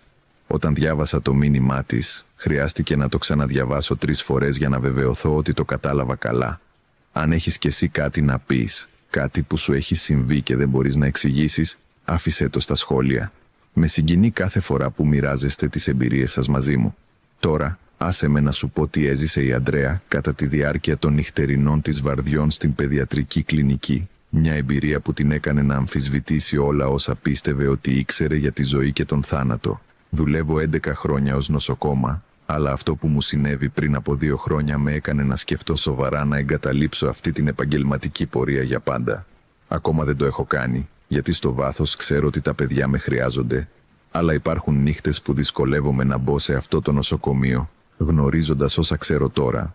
Όλα ξεκίνησαν τον Οκτώβριο. Δούλευα στη νυχτερινή βάρδια της παιδιατρικής κλινικής του Γενικού Νοσοκομείου Σαν Ραφαέλ, ένα παλιό κτίριο στο κέντρο της πόλης που είχε κατασκευαστεί τη δεκαετία του 40. Ήταν ένα μέρος με ιστορία και όχι όλοι ευχάριστη. Κατά τη διάρκεια του πολέμου είχε λειτουργήσει ως προσωρινή νεκροτομή. Στη συνέχεια, τη δεκαετία του 70, υπήρξε μια φωτιά στην Ανατολική Πτέρυγα που σκότωσε 17 ασθενείς. Αλλά αυτές ήταν μόνο ιστορίες, αστικές θρύλοι που οι παλαιότεροι υπάλληλοι έλεγαν για να τρομάξουν τους νέους. Έτσι νόμιζα. Η παιδιατρική κλινική ήταν στον 3ο όροφο. Ήταν μια μεγάλη περιοχή χωρισμένη σε ατομικά δωμάτια και μια κοινή αίθουσα για τις λιγότερο σοβαρές περιπτώσεις. Κατά τη διάρκεια της νύχτας, το προσωπικό περιοριζόταν σε 2 νοσοκόμες, έναν εφημερεύοντα ιατρό και μερικούς βοηθούς. Η σιωπή σε αυτούς τους διαδρόμους ήταν σχεδόν απόλυτη, διαταραγμένη μόλις από το περιστασιακό σφύριγμα των μόνιτορ και τα απορροφημένα βήματα πάνω στο φθαρμένο λινόλεουμ. Η πρώτη φορά που την είδα ήταν μια Τρίτη. Ήταν 3 το πρωί, εκείνη την ώρα που ο κόσμος φαίνεται να είναι κρεμασμένος μεταξύ της εγρήγορσης και του ύπνου. Τελείωνα την περιπολία μου, ελέγχοντας ότι κάθε παιδί κοιμόταν ήσυχα, ότι οι σταγόνες λειτουργούσαν σωστά, ότι τα επίπεδα οξυγόνου ήταν σταθερά. Μπήκα στο δωμάτιο 307. Ήταν ένα ατομικό δωμάτιο που κατήχε ένα παιδί 7 ετών που ονομαζόταν Ματέο. Είχε εισαχθεί 3 ημέρες νωρίτερα με σοβαρή πνευμονία και ανταποκρινόταν καλά στη θεραπεία. Τον βρήκα να κοιμάται, το μικρό του στήθος να ανεβοκατεβαίνει με έναν σταθερό ρυθμό. Έλεγξα τα ζωτικά του σημεία στην οθόνη, όλα φυσιολογικά. Ήταν όταν γύρισα για να βγω όπου την είδα. Υπήρχε μια γυναίκα όρθια δίπλα στο παράθυρο. Ήταν με την πλάτη στραμμένη προς εμένα, κοιτάζοντας προς το σκοτάδι έξω. Φορούσε αυτό που φαινόταν να είναι ένα μακρύ και σκούρο φόρεμα, και τα μαύρα μαλλιά της έπεφταν ίσια μέχρι τη μέση της πλάτης της. Η πρώτη μου σκέψη ήταν ότι ήταν κάποια συγγενής του παιδιού που είχε καταφέρει να μπει μετά την ώρα επισκέψεων. Αυτό συνέβαινε μερικές φορές απελπισμένες μητέρες που δωροδοκούσαν τους φρουρούς ασφαλείας ή έβρισκαν ανοιχτά παράθυρα.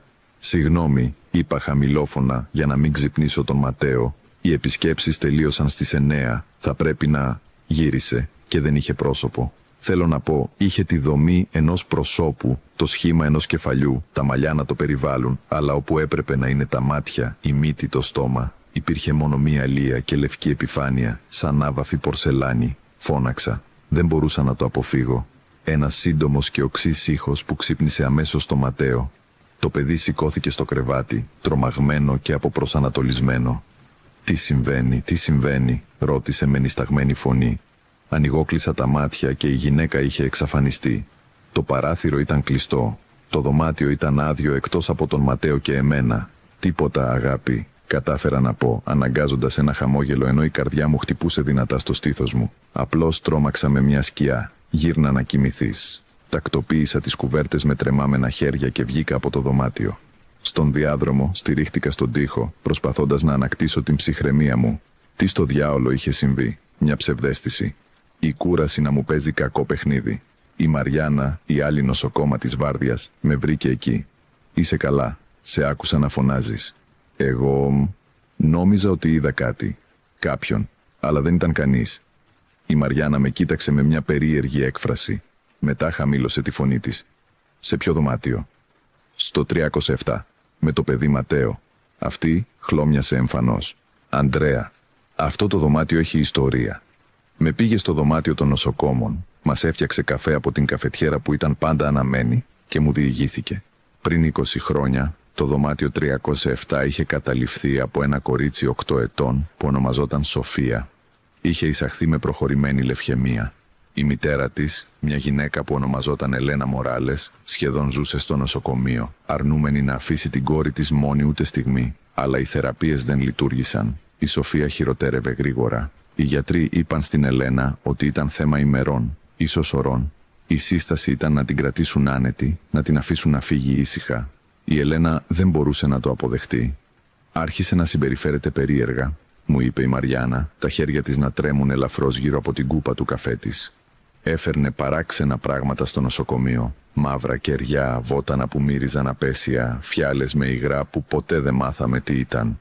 Οι νοσοκόμες προσπάθησαν να την σταματήσουν, αλλά εκείνη παρακαλούσε. Έλεγε ότι ήθελε μόνο να νιώσει καλύτερα η κόρη της. Μία νύχτα, η Έλενα βρέθηκε στο δωμάτιο να πραγματοποιεί κάποιο είδος τελετής. Είχε σχεδιάσει σύμβολα στο πάτωμα με αυτό που φαινόταν να είναι αίμα. Αργότερα επιβεβαιώθηκε ότι ήταν το δικό της αίμα και απάγγελε λέξεις σε μία γλώσσα που κανείς δεν αναγνώρισε. Η Σοφία κοίτονταν ακίνητη στο κρεβάτι μόλις αναπνέοντας. Το προσωπικό ασφαλείας την έβγαλε με τη βία. Της απαγόρευσαν την είσοδο στο νοσοκομείο. Η Σοφία πέθανε 2 μέρες αργότερα, μόνη, χωρίς τη μητέρα της. «Και η μητέρα?» ρώτησα, αν και ένα μέρος μου ήξερε ήδη την απάντηση. «Αυτοκτόνησε αυτή την ίδια νύχτα. Έπεσε από την ταράτσα του νοσοκομείου, από τον 7ο όροφο». Η Μαριάννα έκανε μία παύση. Αλλά πριν πεθάνει, φώναξε κάτι που όλοι οι παρόντες θυμούνται. «Δεν θα φύγω χωρίς αυτήν. Ποτέ δεν θα φύγω χωρίς αυτήν». Ένιωσα ένα ρίγος να διατρέχει τη σπονδυλική μου στήλη. «Και νομίζεις ότι αυτό που είδα ήτανε...» Δεν είμαι η μόνη που την έχει δει. Πολλοί νοσοκόμοι και γιατροί έχουν αναφέρει ότι έχουν δει μια γυναίκα με σκοτεινό φόρεμα σε αυτό το δωμάτιο κατά τη διάρκεια των χρόνων. Πάντα από πίσω. Και όταν γυρίζει... Η Μαριάννα δεν ολοκλήρωσε τη φράση. Δεν χρειαζόταν να το κάνει. Ήθελα να πιστέψω ότι ήταν μια ιστορία για να τρομάξω τη νέα, αν και δούλευα εκεί χρόνια. Ήθελα να πιστέψω ότι αυτό που είχα δει ήταν προϊόν της φαντασίας μου. Αλλά στο βάθος ήξερα ότι ήταν πραγματικό. Πολύ πραγματικό. Ζήτησα να μην με αναθέσουν σε αυτό το δωμάτιο για το υπόλοιπο της νύχτας. Η εποπτριά μου, παρατηρώντας την κατάστασή μου, συμφώνησε χωρίς να κάνει ερωτήσεις. Αλλά η γυναίκα χωρίς πρόσωπο δεν έμεινε στο δωμάτιο 307. Την επόμενη φορά που την είδα ήταν μια εβδομάδα μετά. Έκανα την περιπολία μου στις 4 το πρωί, όταν την βρήκα στην κοινή αίθουσα, όπου είχαμε 5 παιδιά που ανάρωναν από μικρές επεμβάσεις. Στεκόταν ανάμεσα σε 2 κρεβάτια, ακίνητη, με το κεφάλι γερμένο σαν να παρακολουθούσε τα παιδιά να κοιμούνται. Αυτή τη φορά δεν φώναξα. Ο τρόμος με παρέλυσε εντελώς. Έμεινα στην πόρτα, την παρατηρούσα, ανίκανη να κινηθώ ή να κάνω ήχο. Γύρισε αργά το κεφάλι της προς εμένα. Αυτό το λευκό και λίο πρόσωπο. Και αν και δεν είχε μάτια, ήξερα ότι με κοιτούσε. Μπορούσα να νιώσω το βλέμμα της, βαρύ και κρύο σαν τον πάγο. Έπειτα, χωρίς καμία κίνηση μετάβασης, απλά σταμάτησε να είναι εκεί. Δεν εξαφανίστηκε σταδιακά. 1 δευτερόλεπτο ήταν εκεί, το επόμενο όχι. Έλεγξα φρενιασμένα τα παιδιά. Όλα κοιμόνταν βαθιά. Οι ζωτικές τους ενδείξεις φυσιολογικές. Κι κανένα δεν φάνηκε να έχει παρατηρήσει τίποτα. Αλλά εγώ το είχα παρατηρήσει. Και ήξερα ότι αυτό δεν θα σταματούσε. Άρχισα να ερευνώ. Ξόδεψα τις ελεύθερες μέρες μου στη Δημοτική Βιβλιοθήκη, αναζητώντας πληροφορίες για την Ελένα Μοράλες και την κόρη της Σοφία. Βρήκα άρθρα εφημερίδων για τον θάνατό της, θολές φωτογραφίες της Ελένας που συνοδευόταν έξω από το νοσοκομείο. Σε μία από τις φωτογραφίες μπορούσες να δεις το πρόσωπό της. Εξαντλημένο, με μαύρους κύκλους, με μία έκφραση απόλυτης απελπισίας. Αλλά υπήρχε κάτι περισσότερο στο βλέμμα της. Κάτι σκοτεινό και αποφασισμένο. Το βλέμμα κάποιου που είχε περάσει μία γραμμή από την οποία δεν υπάρχει επιστροφή. Βρήκα επίσης πληροφορίες για το δωμάτιο του νοσοκομείου. Αποδείχθηκε ότι πριν γίνει νοσοκομείο το κτίριο ήταν ορφανοτροφείο και πριν από αυτό, τον 19ο αιώνα, ήταν μια ιδιωτική κατοικία όπου, σύμφωνα με τα ιστορικά αρχεία, είχαν συμβεί πολλές ανεξήγητες θάνατοι παιδιών. Ο τόπος είχε στρώματα τραγωδίας, δεκαετίες πόνους συσσωρευμένες στους τοίχους του. Συμβουλεύτηκα έναν ιερέα. Ο πατέρας Μιγγέλ, ένας ηλικιωμένος άνδρας που είχε εργαστεί ως ιερέας του νοσοκομείου για χρόνια, με άκουσε με υπομονή. «Έχω ευλογήσει αυτό το δωμάτιο 3 φορές τα τελευταία 20 χρόνια», μου είπε, κουνώντας το κεφάλι του με λύπη. «Αλλά πάντα επιστρέφει. Υπάρχει κάτι στην αγάπη μιας μητέρας που υπερβαίνει ακόμη και τον θάνατο. Και όταν αυτή η αγάπη διαφθείρεται, όταν αναμειγνύεται με απελπισία και σκοτεινές τέχνες», αναστέναξε. «Δεν ξέρω αν μπορεί να σταματήσει. Τι θέλει, γιατί συνεχίζει να εμφανίζεται. Ψάχνει την κόρη της ή ψάχνει να την αντικαταστήσει. Τα μπερδεμένα πνεύματα συχνά δεν διακρίνουν. Για εκείνη, κάθε άρρωστο παιδί σε αυτό το νοσοκομείο θα μπορούσε να είναι η Σοφία. Κάθε ένα είναι μια ευκαιρία για, δεν ξέρω, εξηλαίωση, ολοκλήρωση αυτού που άρχισε. Είναι δύσκολο να ξέρεις τι περνάει από το μυαλό ενός κάτι που δεν είναι πια εντελώς ανθρώπινο. Τα λόγια της με καταδίωκαν. Ψάχνει να την αντικαταστήσει. Η ιδέα με τρόμαζε. Τι θα γινόταν αν έβρισκε ένα παιδί αρκετά αδύναμο, αρκετά ευάλωτο? Τι θα μπορούσα να κάνω? 2 εβδομάδες αργότερα ήρθε ένας νέος ασθενής. Ένα κορίτσι 8 ετών, η ίδια ηλικία με τη Σοφία όταν πέθανε, με λευχαιμία. Το όνομά της ήταν Καμίλα. Όταν είδα το φάκελό της, ένιωσα το στομάχι μου να γυρίζει. Οι ομοιότητες ήταν πολλές για να είναι σύμπτωση. Η ίδια ηλικία, η ίδια ασθένεια. Ακόμα και έμοιαζε φυσικά με τη Σοφία σύμφωνα με τις παλιές φωτογραφίες που είχα βρει.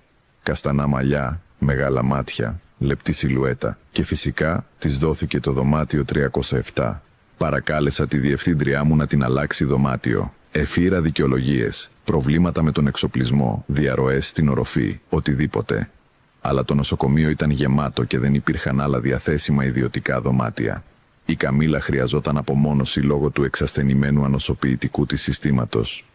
«Είναι μόνο ένα δωμάτιο, Αντρέα», μου είπε η διευθύντριά μου με απογοήτευση.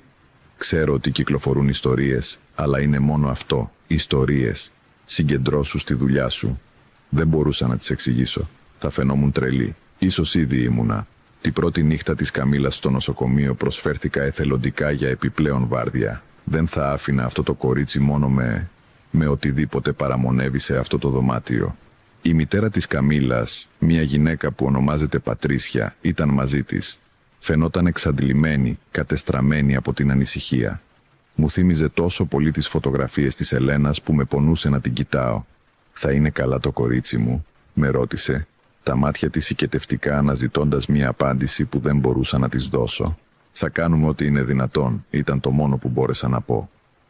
Στις 10 το βράδυ, η Πατρίτσια τελικά έφυγε. Της υποσχέθηκα ότι θα τηλεφωνούσα, αν υπήρχε οποιαδήποτε αλλαγή. Η Καμίλα κοιμόταν, ναρκωμένη από τα φάρμακα. Το μικρό της σώμα φαινόταν εύθραυστο κάτω από τις κουβέρτες του νοσοκομείου. Κάθισα σε μια καρέκλα δίπλα από το κρεβάτι της. Δεν σκόπευα να κινηθώ όλη τη νύχτα. Οι ώρες περνούσαν αργά, 11, 12, 1 τα ξημερώματα. Το νοσοκομείο είχε βυθιστεί σε αυτή τη χαρακτηριστική σιωπή των πρώτων ωρών, όταν ακόμη και το νυχτερινό προσωπικό φαίνεται να κινείται σε αργή κίνηση. Στις 3 και 4, πάντα γύρω από τις 3, συνειδητοποίησα. Ένιωσα ότι η θερμοκρασία στο δωμάτιο κατέβαινε. Η αναπνοή μου έγινε ορατή στον αέρα. Οι οθόνες της Καμίλα αναβόσβησαν για λίγο. Και αυτή εμφανίστηκε.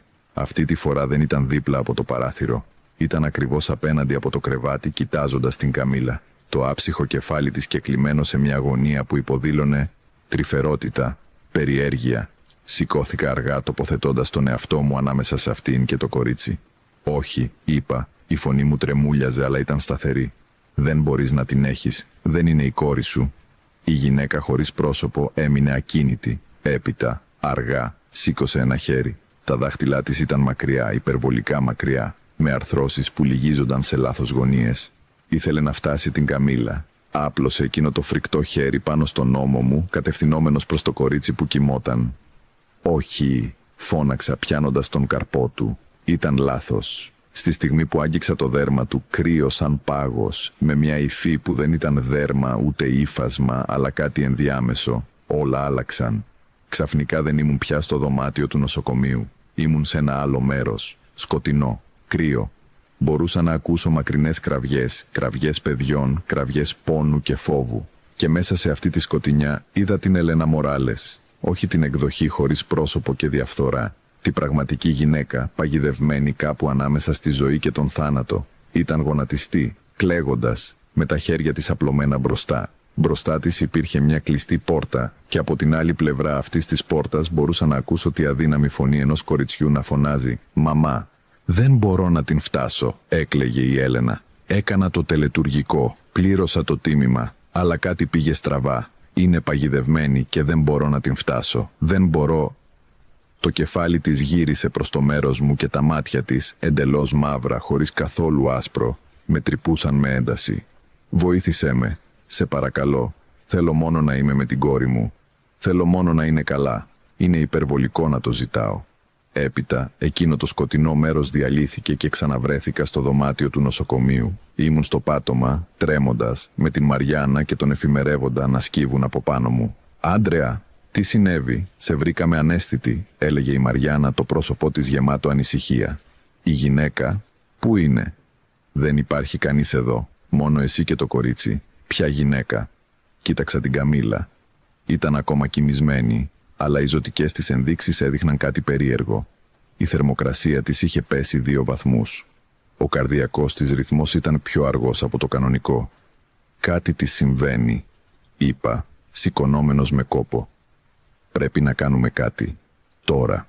Ο κάτοικος εξέτασε την Καμίλα, συνοφριώθηκε, διέταξε επιπλέον εξετάσεις. Κατά τις επόμενες 2 ώρες η κατάσταση του κοριτσιού σταθεροποιήθηκε σταδιακά, αλλά είχε πλησιάσει πολύ, πολύ κοντά. Κατάλαβα τότε τι συνέβαινε. Η Έλενα, ή αυτό που είχε απομείνει από αυτήν, δεν προσπαθούσε ενεργά να βλάψει τα παιδιά. Αλλά η απλή παρουσία της, η διεφθαρμένη και μη νεκρή ενέργειά της, τα αποστράγγιζε. Τρεφόταν από αυτά χωρίς να το καταλαβαίνει, αναζητώντας τη δύναμη για να ολοκληρώσει το αποτυχημένο τελετουργικό της, για να φτάσει την κόρη της από την άλλη πλευρά αυτής της πόρτας στο σκοτάδι. Δεν μπορούσα να επιτρέψω να συνεχιστεί αυτό. Την επόμενη μέρα αναζήτησα κάποιον που θα μπορούσε να με βοηθήσει, όχι έναν ιερέα αυτή τη φορά. Κάτι μου έλεγε ότι οι παραδοσιακές ευλογίες δεν θα λειτουργούσαν εδώ. Χρειαζόμουν κάποιον που να κατανοεί τα τελετουργικά, τις σκοτεινές συμφωνίες, το πώς να αναιρέσει ό,τι είχε κάνει η Έλενα. Βρήκα μια γυναίκα ονόματι Μπεατρίς μέσω ενός φίλου. Ήταν μια θεραπεύτρια, αν και προτιμούσε τον όρο πνευματική εργάτρια. Έμενε στα προάστια της πόλης σε ένα μικρό σπίτι γεμάτο κεριά, βότανα κρεμασμένα από την οροφή και ράφια με βάζα που προτιμούσε να μην τα αναγνωρίζει. Της είπα τα πάντα. Περίμενα ότι θα γελούσε ή θα μου έλεγε ότι είμαι τρελή. Αντίθετα, κούνησε σοβαρά το κεφάλι. «Ένας τελετουργικός δεσμός με τη βία», είπε. Προσπάθησε να δέσει την ψυχή της κόρης της σε αυτόν τον κόσμο χρησιμοποιώντας το αίμα και τη ζωή της ως άγκυρα. Αλλά η τελετή απαιτεί και τα 2 μέρη να είναι ζωντανά για να λειτουργήσει σωστά. Όταν η κοπέλα πέθανε πρώτη, δημιούργησε μια ανισορροπία. Η Έλενα έμεινε παγιδευμένη στη μέση, ούτε ζωντανή ούτε νεκρή, και η κόρη της είναι κάπου πέρα, αλλά δεν μπορεί να προχωρήσει γιατί είναι δεμένη με τη μητέρα της. Πώς το ξεμπλέκουμε? Πρέπει να ολοκληρωθεί η τελετή, να δώσουμε στην Έλενα αυτό που ζητά, να επανενωθεί με την κόρη της, αλλά να το κάνουμε σωστά αυτή τη φορά, έτσι ώστε και οι 2 να μπορέσουν να αναπαυθούν. Η Μπεατρίς μου έδωσε συγκεκριμένες οδηγίες. Χρειαζόμουν ορισμένα βότανα, κεριά συγκεκριμένων χρωμάτων και κάτι προσωπικό από την Ελένα. Αυτό το τελευταίο ήταν το πιο δύσκολο να αποκτηθεί, αλλά τελικά κατάφερα να αποκτήσω ένα δαχτυλίδι που είχε βρεθεί στο σώμα της μετά την αυτοκτονία και που ήταν φυλαγμένο στα μη απαιτηθέντα αντικείμενα του νοσοκομείου. Η επιλεγμένη νύχτα ήταν μια Παρασκευή. Το δωμάτιο 307 ήταν προσωρινά άδειο. Η Καμίλα είχε μεταφερθεί σε άλλη πτέρυγα για επιπλέον διαδικασίες. Είχα το δωμάτιο για μένα μόνη μου από τα μεσάνυχτα μέχρι τις 6 το πρωί, όταν θα ξεκινούσε η ημερήσια βάρδια. Η Μπεατρίς με συνόδευσε. Μαζί σχεδιάσαμε έναν κύκλο στο πάτωμα, χρησιμοποιώντας αλάτι αναμειγμένο με στάχτη. Τοποθετήσαμε κεριά στα σημεία του ορίζοντα, λευκά κεριά για τον βορρά και τον νότο, μαύρα για την Ανατολή και τη Δύση. Στο κέντρο του κύκλου τοποθετήσαμε το δαχτυλίδι της Ελένας μαζί με μια φωτογραφία της Σοφίας που είχα βρει στα αρχεία του νοσοκομείου. «Όταν εμφανιστεί», με καθοδήγησε η Μπεατρίς, «μην βγεις από τον κύκλο, ανεξάρτητα από το τι βλέπεις ή ακούς. Ο κύκλος θα σε προστατεύσει. Η δουλειά μου είναι να της ανοίξω ένα μονοπάτι, αλλά πρέπει να επιλέξει να το ακολουθήσει. Δεν μπορούμε να την αναγκάσουμε. Στις 3 και 4 το πρωί, τα κεριά αναβόσβηναν παρόλο που δεν υπήρχε ρεύμα αέρα. Η θερμοκρασία έπεσε μέχρι που η αναπνοή μας σχημάτιζε πυκνές νεφώσεις. Και εμφανίστηκε ακριβώς στο κέντρο του κύκλου, ανάμεσα στο δαχτυλίδι και τη φωτογραφία. Για πρώτη φορά δεν ήταν με την πλάτη γυρισμένη.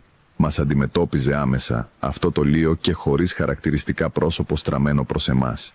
Αλλά υπήρχε κάτι διαφορετικό στη στάση της. Λιγότερο απειλητική, πιο χαμένη. Η Μπεατρίς άρχισε να μιλάει, όχι στα ισπανικά, αλλά σε μια γλώσσα που δεν αναγνώρισα, λέξεις που ακούγονταν αρχαίες και ισχυρές. Με κάθε λέξη, τα κεριά καιγόντουσαν πιο φωτεινά. Το δαχτυλίδι στο κέντρο του κύκλου άρχισε να λάμπει με μια αχνή φως. Η γυναίκα χωρίς πρόσωπο σκύβει, παίρνοντας το δαχτυλίδι με αυτά τα τρομακτικά μακριά δάχτυλα. Το κράτησε κοντά εκεί που θα έπρεπε να είναι η καρδιά της. Τότε συνέβη κάτι απίστευτο. Το πρόσωπό της άρχισε να αλλάζει. Τα χαρακτηριστικά άρχισαν να εμφανίζονται σταδιακά, σαν να σχεδιάζονταν από ένα αόρατο χέρι. Μάτια, γεμάτα δάκρυα, μία μύτη, ένα στόμα καμπυλωμένο σε μία έκφραση ανυπόφορης οδύνης. Η Έλενα Μοράλες, τελικά με πρόσωπο ξανά, μας κοίταξε και μίλησε. «Πού είναι το κορίτσι μου? Πρέπει να βρω το κορίτσι μου». «Σε περιμένει», είπε η Μπεατρίς απαλά, δείχνοντας προς ένα σημείο στον αέρα, όπου, ανεξήγητα, μπορούσε να δει κάτι. Ένα φως, ένα άνοιγμα. Και σε αυτό το άνοιγμα, σχεδόν αόρατη, η σιλουέτα ενός μικρού κοριτσιού. Η Έλενα είδε την κόρη της και αναστέναξε. Άπλωσε τα χέρια της προς το φως, αλλά δίστασε. «Τα παιδιά», ψιθύρισε. «Έχω πληγώσει τα παιδιά, έχω πάρει από αυτά. Θεέ μου, τι έχω κάνει». «Δεν το ήξερες», της είπα, βρίσκοντας τη φωνή μου. «Ήσουν χαμένη, μπερδεμένη, αλλά τώρα μπορείς να πας. Μπορείς να είσαι με τη Σοφία. Μπορούν να ξεκουραστούν μαζί». Η Έλενα με κοίταξε, τα μάτια της, τώρα εντελώς ανθρώπινα, γεμάτα με τα μέλια. «Λυπάμαι, λυπάμαι πολύ. Το ξέρω, σε συγχωρεί. Τώρα πήγαινε». Η Έλενα γύρισε προς το φως. Το άνοιγμα έγινε μεγαλύτερο, πιο φωτεινό, και μέσα σε αυτό η Σοφία, ένα κορίτσι 8 ετών με καστανά μαλλιά και ένα γλυκό χαμόγελο, άπλωσε τα χέρια της προς τη μητέρα της. «Μαμά!» Η φωνή της ήταν καθαρή σαν καμπάνα, γεμάτη χαρά. Η Έλενα έτρεξε, κυριολεκτικά έτρεξε προς το φως, προς την κόρη της. Αγκαλιάστηκαν 2 φιγούρες που συγχωνεύονταν σε μία μέσα σε αυτή τη τυφλωτική φωτεινότητα. Και μετά το φως εξαφανίστηκε, τα κεριά σβήστηκαν όλα ταυτόχρονα. Το δωμάτιο επανήλθε σε κανονική θερμοκρασία. Ο κύκνος αλατιού είχε διαλυθεί σε λεπτή σκόνη. Η Μπεατρίς και εγώ μείναμε σιωπηλοί για μια μακρά στιγμή. Μετά εκείνη αναστέναξε, κουρασμένη αλλά ικανοποιημένη. Έφυγαν και οι 2. Επιτέλους μπορούν να ξεκουραστούν. Είχε δίκιο. Από εκείνη τη νύχτα δεν ξαναείδα ποτέ τη γυναίκα χωρίς πρόσωπο. Το δωμάτιο 307 φάνηκε διαφορετικό, πιο ελαφρύ, πιο ζεστό. Άλλοι υπάλληλοι παρατήρησαν ότι κάτι είχε αλλάξει, αν και δεν ήξεραν τι. Η Καμίλα ανάρρωσε. Η θεραπεία της λειτουργήσε καλύτερα από ό,τι αναμενόταν. 6 μήνες αργότερα ήταν σε ύφεση.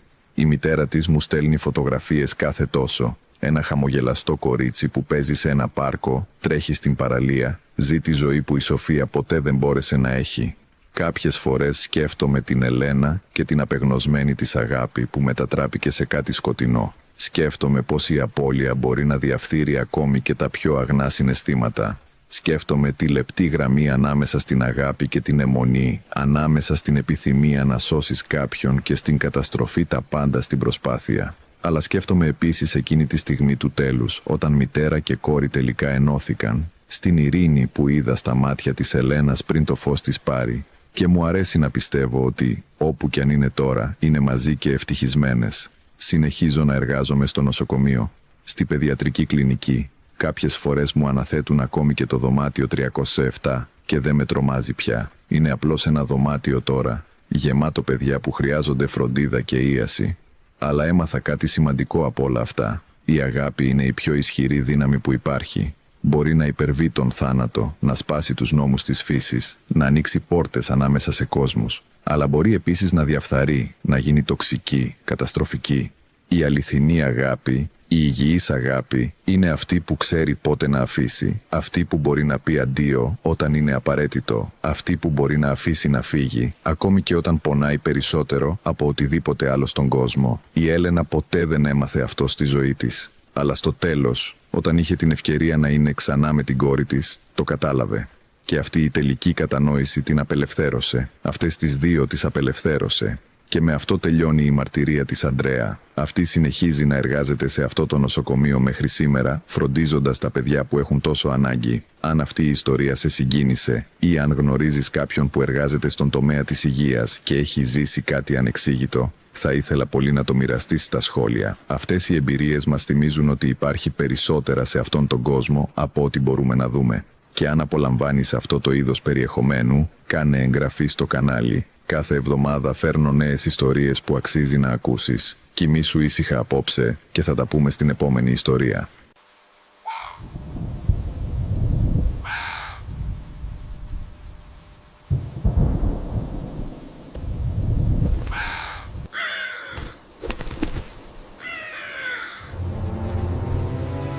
Μου ήρθε αυτή η ιστορία από έναν ακόλουθο στην Αργεντινή που εργάζεται ως βιβλιοθηκάριος σε ένα παλιό πανεπιστήμιο του Μπουένος Άιρες. Προτιμά να τον αποκαλώ Φερνάντο. Αν ποτέ έχεις βρει ένα βιβλίο που φαινόταν να περιέχει γνώση που δεν θα έπρεπε να υπάρχει, ή έχεις νιώσει ότι ένα αρχαίο κείμενο ασκούσε κάποια επιρροή πάνω σου, μοιράσου το στα σχόλια.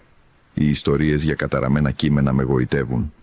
Αυτό που ανακάλυψε ο Φερνάντο στα ξεχασμένα αρχεία της βιβλιοθήκης του, τον οδήγησε να κατανοήσει ότι υπάρχουν βιβλία που γράφτηκαν με σκοτεινούς σκοπούς και ότι κάποιες γνώσεις είναι καλύτερα να παραμείνουν θαμμένες. Το όνομά μου είναι Φερνάντο, είμαι 44 ετών και εργάζομαι ως βιβλιοθηκονόμος στο Εθνικό Πανεπιστήμιο του Μπουένος Άιρες εδώ και 18 χρόνια. Είμαι ένα μεθοδικό, οργανωμένο άτομο που βρίσκει γαλήνη ανάμεσα στα βιβλία και τη σιωπή των αναγνωστηρίων. Αυτό που θα διηγηθώ συνέβη πριν από 2,5 χρόνια και από τότε η σχέση μου με τα βιβλία, ειδικά με τα παλιά, δεν έχει ξαναγίνει η ίδια. Η βιβλιοθήκη όπου εργάζομαι βρίσκεται σε ένα ιστορικό κτίριο της γειτονιάς Ρεκολέτα. Κατασκευάστηκε το 1889 και είναι πανεπιστημιακή βιβλιοθήκη από το 1920. Έχει 5 ορατούς ορόφους και 2 υπόγεια. Οι ανώτεροι όροφοι είναι σύγχρονοι, καλά φωτισμένοι, γεμάτοι φοιτητές.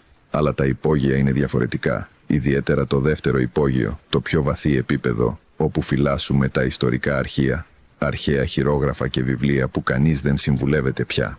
Ήμουν ο μόνος βιβλιοθηκονόμος με τακτική πρόσβαση στο δεύτερο υπόγειο. Οι περισσότεροι συνάδελφοί μου το απέφευγαν. Έλεγαν ότι ήταν καταθλιπτικό, σκοτεινό, ότι μύριζε υγρασία και παλιό χαρτί. Αλλά εμένα μου άρεσε. Υπήρχε μια διαλογιστική ποιότητα στο να περπατάς ανάμεσα σε αυτά τα ράφια γεμάτα με ξεχασμένη γνώση. Όλα άρχισαν τον Σεπτέμβριο του 2021. Το Πανεπιστήμιο είχε λάβει μια μεγάλη δωρεά από παλιά βιβλία από μια ιδιωτική συλλογή. Ο ιδιοκτήτης είχε πεθάνει και οι κληρονόμοι του ήθελαν να απαλλαγούν από την προσωπική του βιβλιοθήκη. Ήταν εκατοντάδες τόμοι, μερικοί από τον 19ο αιώνα, άλλοι ακόμη πιο παλιοί. Η δουλειά μου ήταν να καταχωρήσω τη συλλογή, να προσδιορίσω τι ήταν πολύτιμο και τι ήταν διπλό, και να βρω τον κατάλληλο χώρο για κάθε βιβλίο. Ήταν ένα έργο που θα μου έπαιρνε μήνες, αλλά το απολάμβανα. Κάθε βιβλίο ήταν ένας μικρός κόσμος που περίμενε να ξαναανακαλυφθεί. Καταλόγιζα τη δωρεά σε ένα τραπέζι εργασίας στο δεύτερο υπόγειο όταν βρήκα κάτι παράξενο. Ένα κουτί που δεν ήταν στο επίσημο απόθεμα. Ήταν από σκούρο ξύλο, σχεδόν μαύρο, με σκαλιστά σχέδια που δεν αναγνώρισα. Και ήταν κλειστό με μια παλιά σκουριασμένη κλειδαριά. «Περίεργο», μουρμούρισα. Έψαξα το κλειδί ανάμεσα στα αντικείμενα που είχαν έρθει με τη δωρεά, αλλά δεν βρήκα τίποτα. Τελικά χρησιμοποίησα ένα κοφτερό εργαλείο για να σπάσω την κλειδαριά. Όταν άνοιξα το κουτί, μια παράξενη μυρωδιά βγήκε. Δεν ήταν απλώς μυρωδιά παλιού βιβλίου. Ήταν κάτι παραπάνω. Γλυκό αλλά και μεταλλικό. Σαν ξερό αίμα ανακατεμένο με λιβάνι. Μέσα υπήρχε μόνο ένα βιβλίο. Ήταν μεγάλο, περίπου στο μέγεθος ενός άτλαντα, με περίπου 500 σελίδες. Το εξώφυλλο ήταν από μαύρο δέρμα, ραγισμένο από τα χρόνια. Δεν είχε ορατό τίτλο στο εξώφυλλο ή τυράχη. Μόνο σύμβολα χαραγμένα που φαίνονταν αλχημικά ή καβαλιστικά. Το έβγαλα προσεκτικά. Ήταν βαρύ, πολύ περισσότερο από ό,τι θα έπρεπε να είναι για το μέγεθός του. Και ήταν κρύο στην αφή, παρόλο που το υπόγειο ήταν ζεστό και υγρό. Άνοιξα το βιβλίο σε μια τυχαία σελίδα. Το κείμενο ήταν γραμμένο στο χέρι με μια σκούρα καφέ μελάνι που θα μπορούσε να ήταν αίμα. Η γλώσσα ήταν ένα παράξενο μείγμα. Αναγνώρισα κάτι από τα λατινικά, αλλά υπήρχαν και άλλες λέξεις σε γλώσσες που δεν αναγνώρισα. Και υπήρχαν διαγράμματα, πολύπλοκοι κύκλοι γεμάτοι σύμβολα, αδύνατες γεωμετρικές μορφές και αυτό που φαινόταν να είναι οδηγίες για τελετές. Τα χέρια μου άρχισαν να τρέμουν καθώς γύριζα τις σελίδες. Όχι από φόβο ακόμα, αλλά από ακαδημαϊκή διέγερση. Αυτό ήταν κάτι ιδιαίτερο, κάτι σπάνιο, πιθανώς ένα γκρίμορι, ένα από αυτά τα βιβλία μαγείας της μεσαίας ηλικίας που χρησιμοποιούσαν οι αποκρυφιστές. Πολύτιμο, σκέφτηκα. Αυτό θα έπρεπε να είναι σε μια ειδική συλλογή, όχι σε ένα κουτί χωρίς καταγραφή. Έκλεισα το βιβλίο και αναζήτησα κάποια ένδειξη της προέλευσής του. Στην πρώτη σελίδα, γραμμένο με μια επιμελημένη καλλιγραφία, υπήρχε ένας τίτλος «Liber Tenebris», το βιβλίο των σκιών. Και από κάτω, με μικρότερα γράμματα, γραμμένο από το χέρι του Σεμπαστιάν Μόρα, έτος του κυρίου μας 1724. Όποιος διαβάσει αυτά τα λόγια να κατανοήσει την τιμή της γνώσης. Σεμπαστιάν Μόρα. Το όνομα μου φαινόταν οικείο. Αναζήτησα στα ιστορικά αρχεία του Πανεπιστημίου και τον βρήκα. Ο Σεμπαστιάν Μόρα είχε υπάρξει ένας ακαδημαϊκός Ιεσουήτης στη απικιακή Βουένος Άιρες, αλλά είχε απελαθεί από την τάξη το 1722 για πρακτικές ασύμβατες με την πίστη. Τα αρχεία δεν προσδιορίζαν ποιες πρακτικές ακριβώς. Υπήρχε περισσότερη πληροφορία. Ο Μόρα είχε εξαφανιστεί το 1725, ένα χρόνο μετά την συγγραφή αυτού του βιβλίου, σύμφωνα με την ημερομηνία στο εξώφυλλο. Το σπίτι του είχε βρεθεί άδειο, με σημάδια πάλης. Ποτέ δεν βρέθηκε, ζωντανός ή νεκρός. Και η συλλογή του από βιβλία και προσωπικά αντικείμενα είχε κατασχεθεί από την Ιερά Εξέταση και υποτίθεται ότι είχε καταστραφεί. Αλλά αυτό το βιβλίο είχε επιβιώσει. Είχε περάσει από χέρι σε χέρι για σχεδόν 3 αιώνες, καταλήγοντας τελικά στη συλλογή που μόλις είχαμε λάβει. Έπρεπε να το αναφέρω στους ανωτέρους μου αμέσως. Έπρεπε να το βάλω σε κλειδωμένο χώρο στην ενότητα σπάνιων βιβλίων. Αλλά η περιέργεια με νίκησε. Ήθελα να ξέρω τι περιείχε. Ποια γνώση ήταν τόσο επικίνδυνη που η Ιερά Εξέταση προσπάθησε να την καταστρέψει. Εκείνη τη νύχτα, αφού όλοι είχαν φύγει, έμεινα στο υπόγειο με το Liber Tenebris. Είχα μια επιτραπέζια λάμπα και το σημειωματάριό μου. Άρχισα να μεταφράζω το κείμενο μεθοδικά. Τα πρώτα κεφάλαια αφορούσαν τη φύση της πραγματικότητας. Ο Μόρα υποστήριζε ότι ο ορατός κόσμος ήταν μόνο ένα κέλυφος, μια ψευδαίσθηση. Ότι υπήρχαν βαθύτερα στρώματα ύπαρξης, διαστάσεις που επικαλύπτονταν με τη δική μας αλλά ήταν αόρατες για τις κανονικές αισθήσεις.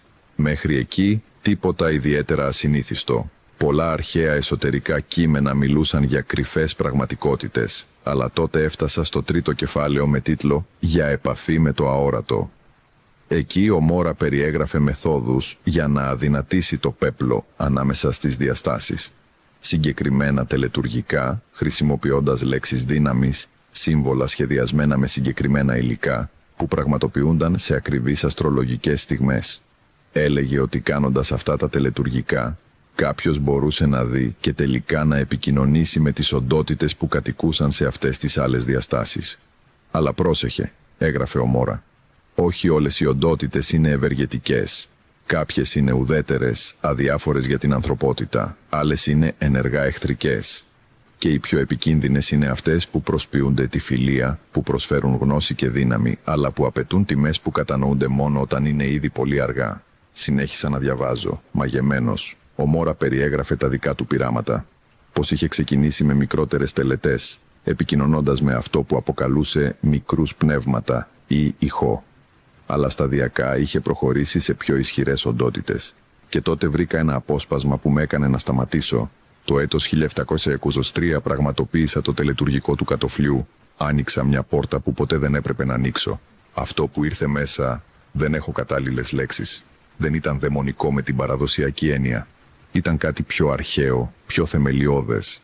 Μου πρόσφερε απόλυτη γνώση, πλήρη κατανόηση των μυστηρίων του σύμπαντος.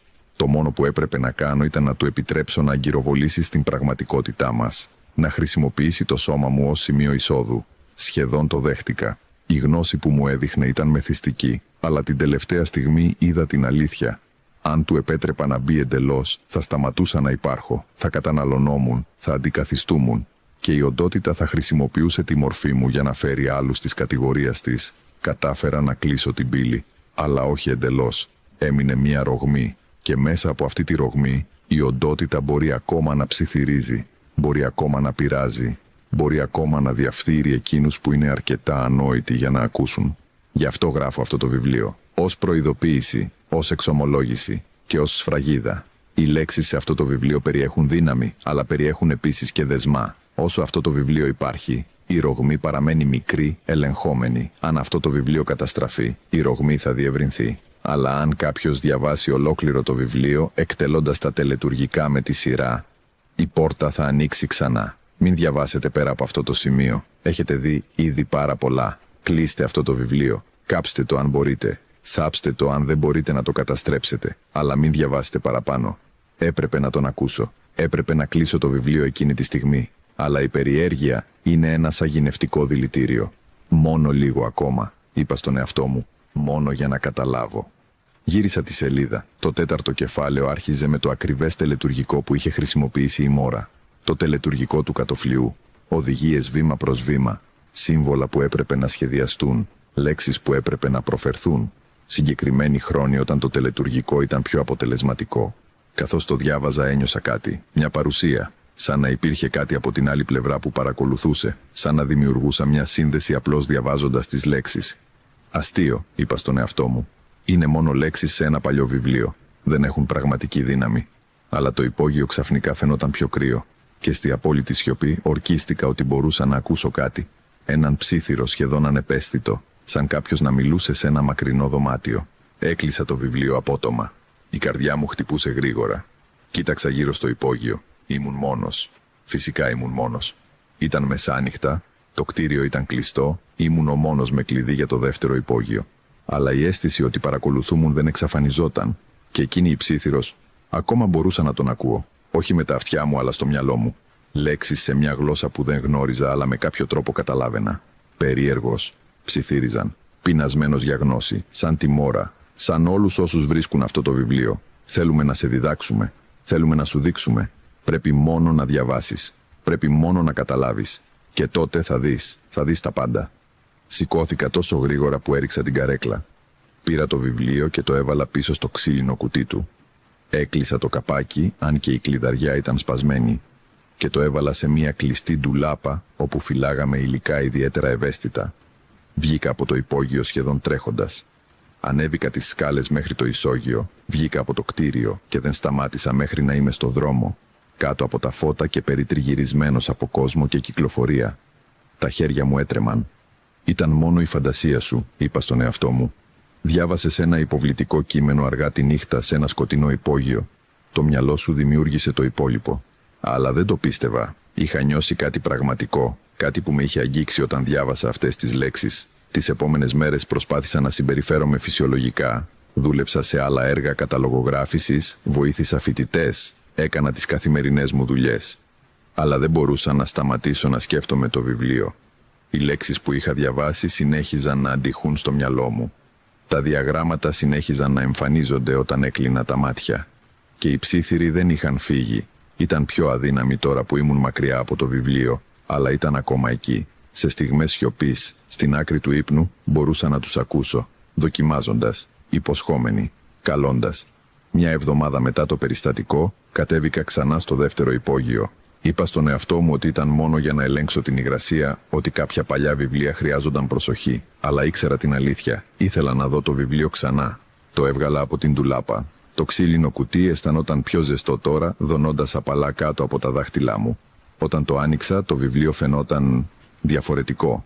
Τα σύμβολα στο εξώφυλλο έλαμπαν αμυδρά, ή ίσως ήταν μόνο η φαντασία μου.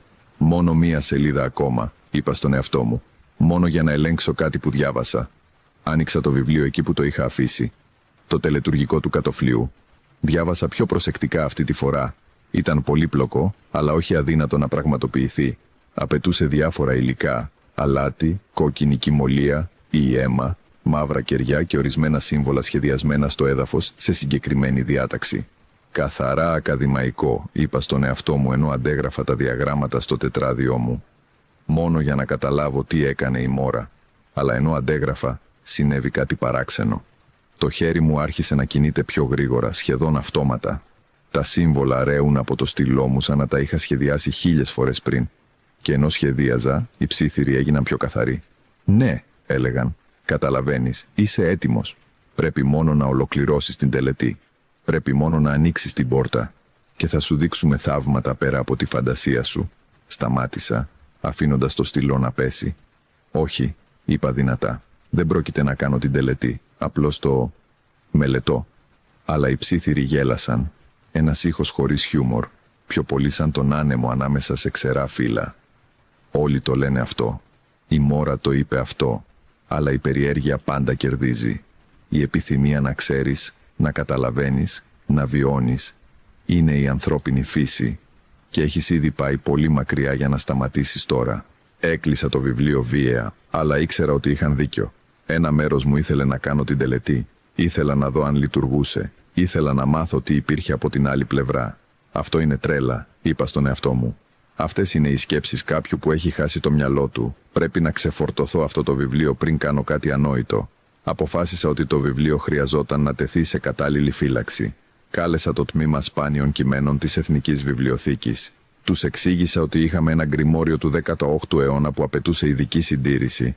Ήρθαν μια εβδομάδα αργότερα. 2 ειδικοί, ο Δρ. Ραμίρεζ και η Δρ. Ροσότο. Τους έδειξα το βιβλίο. Και οι δύο χλώμιασαν ορατά όταν το είδαν. «Πού το βρήκατε αυτό?» ρώτησε ο Δρ. Ραμίρεζ με τεντωμένη φωνή. «Ήρθε με μια ιδιωτική δωρεά. Γιατί? Το αναγνωρίζετε?» «Όχι αυτό το βιβλίο συγκεκριμένα, αλλά τον τύπο του», είπε η Δρ. Ροσότο. «Υπάρχουν καταγραφές διαφόρων παρόμοιων γκρίμορ που εμφανίζονται κατά τη διάρκεια της ιστορίας.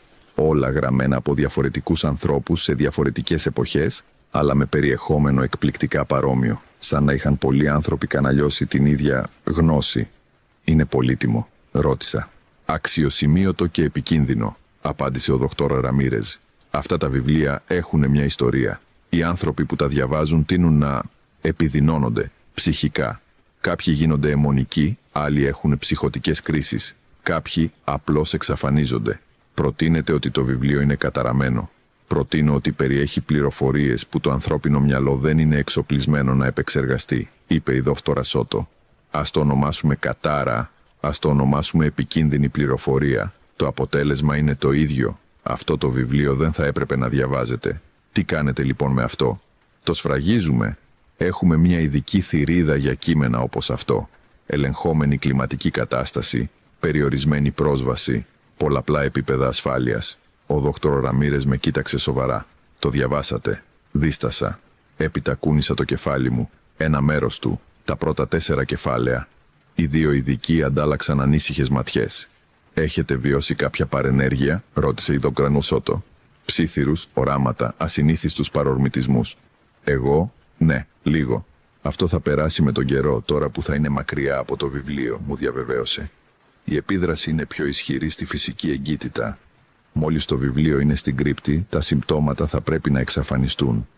Πήραν το Liber Tenebris την ίδια μέρα. Είδα πως το τύλιγαν σε ειδικό ύφασμα, το έβαζαν σε μια σφραγισμένη κούτα και το φόρτωναν στο όχημά τους. Ένιωσα ανακούφιση, αλλά και μια παράξενη αίσθηση απώλειας, σαν να μην ήθελε ένα κομμάτι μου να αποδεσμευτεί από το βιβλίο. Οι ψήθυροι συνεχίστηκαν για αρκετές εβδομάδες ακόμα, κάθε μέρα λίγο πιο αδύναμη. Η Δ. Ροσότο είχε δίκιο. Η απόσταση βοηθούσε. 2 μήνες μετά το περιστατικό, τελικά σταμάτησα να τους ακούω εντελώς. Ή σχεδόν εντελώς. Υπάρχουν ακόμα στιγμές, ειδικά αργά τη νύχτα όταν ο κόσμος είναι σιωπηλός, που μπορώ να ακούσω ηχό. Πολύ αδύναμες, σχεδόν αόρατες, αλλά εκεί, σαν κάτι από την άλλη πλευρά να θυμόταν ακόμα το όνομά μου. Ακόμα να ήξερε ότι κάποτε διάβασα τα λόγια του. Ερεύνησα περισσότερο το φαινόμενο μετά την αποχώρηση του βιβλίου. Διαπίστωσα ότι η Δ. Ροσότο δεν είχε υπερβάλει. Υπήρχαν δεκάδες τεκμηριωμένες περιπτώσεις ανθρώπων στην ιστορία που είχαν βρει παρόμοια γκριμουάρς. Ακαδημαϊκοί, αποκρυφιστές, απλώς περίεργοι άνθρωποι. Πολλοί είχαν τελειώσει άσχημα. Ορισμένοι τρελάθηκαν μιλώντας για οντότητες που μόνο αυτοί μπορούσαν να δουν. Άλλοι είχαν πραγματοποιήσει τα τελετουργικά που περιγράφονται στα βιβλία και είχαν εξαφανιστεί ή είχαν βρεθεί νεκροί υπό περίεργες συνθήκες. Και λίγοι είχαν αλλάξει. Οι προσωπικότητές τους είχαν αλλάξει θεμελιωδώς, σαν να κοιτούσε κάτι άλλο μέσα από τα μάτια τους. Τι ήταν αυτό που είχε επικοινωνήσει η μόρα? Τι υπήρχε από την άλλη πλευρά του κατοφλιού? Δεν έχω οριστικές απαντήσεις. Αλλά έχω θεωρίες.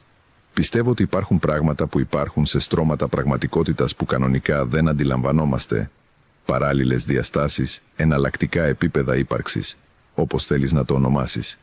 Και πιστεύω ότι ορισμένες πρακτικές, ορισμένες γνώσεις μπορούν να αδυνατήσουν το φράγμα μεταξύ του κόσμου μας και αυτών των άλλων τόπων. Και τα πράγματα από την άλλη πλευρά είναι ενήμερα για εμάς. Μας παρακολουθούν, μας μελετούν και περιστασιακά, όταν κάποιος είναι αρκετά ανόητος ή περίεργος για να ανοίξει μια πόρτα, προσπαθούν να περάσουν. Δεν είναι δαίμονες με την παραδοσιακή θρησκευτική έννοια. Είναι κάτι διαφορετικό. Οντότητες με νοημοσύνη αλλά με κίνητρα και τρόπους σκέψης εντελώς ξένους προς εμάς. Και θέλουν να εισέλθουν στον κόσμο μας, ίσως επειδή ο δικός τους είναι με κάποιο τρόπο λιγότερο κατοικήσιμος, ή ίσως απλώς επειδή είναι στη φύση τους να επεκτείνονται, να απικίζουν, να κατακτούν. Άνθρωποι όπως η Μόρα, όπως άλλοι κατά τη διάρκεια της ιστορίας, ανακάλυψαν τις μεθόδους για να επικοινωνήσουν με αυτές τις οντότητες. Και κάθε φορά που κάποιος το κάνει, το φράγμα αποδυναμώνεται λίγο περισσότερο, σαν ένα φράγμα με μικρές ρογμές που σταδιακά επεκτείνονται με κάθε πίεση. Κάποια μέρα ίσως, αρκετοί άνθρωποι θα έχουν πραγματοποιήσει αρκετές τελετές, αρκετές ρογμές θα έχουν ανοίξει και το φράγμα θα καταρρεύσει. Και τότε αυτό που είναι από την άλλη πλευρά θα έρθει μαζικά. Ή ίσως είμαι παρανοϊκός. Ίσως όλα ήταν στο κεφάλι μου. Ένα ήπιο ψυχωτικό επεισόδιο που προκλήθηκε από την υπόδειξη και την νυχτερινή εργασία σε συνθήκες απομόνωσης. Αλλά δεν το πιστεύω. Ξέρω τι ένιωσα. Ξέρω τι άκουσα. Και ξέρω ότι το Liber Tenebris ήταν περισσότερο από ένα παλιό βιβλίο με παράξενες ιδέες. Περιείχε κάτι. Ένα κομμάτι από κάτι μεγαλύτερο και πιο τρομακτικό. Και αυτό το κομμάτι υπάρχει ακόμα, σφραγισμένο σε μία κρύπτη, περιμένοντας τον επόμενο περίεργο που θα είναι αρκετά ανόητος για να ανοίξει τις σελίδες του και να διαβάσει τα λόγια του. Ελπίζω ότι αυτό το άτομο να μην έρθει ποτέ. Ελπίζω ότι το βιβλίο να παραμείνει θαμμένο, ξεχασμένο, χαμένο στα αρχεία όπου τα επικίνδυνα βιβλία πηγαίνουν να πεθάνουνε. Αλλά ξέρω ότι τελικά κάποιος θα το βρει. Κάποιος πάντα το κάνει. Επειδή η ανθρώπινη περιέργεια είναι απέραντη. Και η επιθυμία για απαγορευμένη γνώση είναι ένας πειρασμός που λίγοι μπορούν να αντισταθούν. Απλώς ελπίζω ότι όταν αυτό το άτομο διαβάσει το βιβλίο, να έχει τη σοφία να το κλείσει πριν φτάσει πολύ μακριά. Πριν αρχίσουν οι ψίθυροι. Πριν αρχίσει η πόρτα να ανοίγει.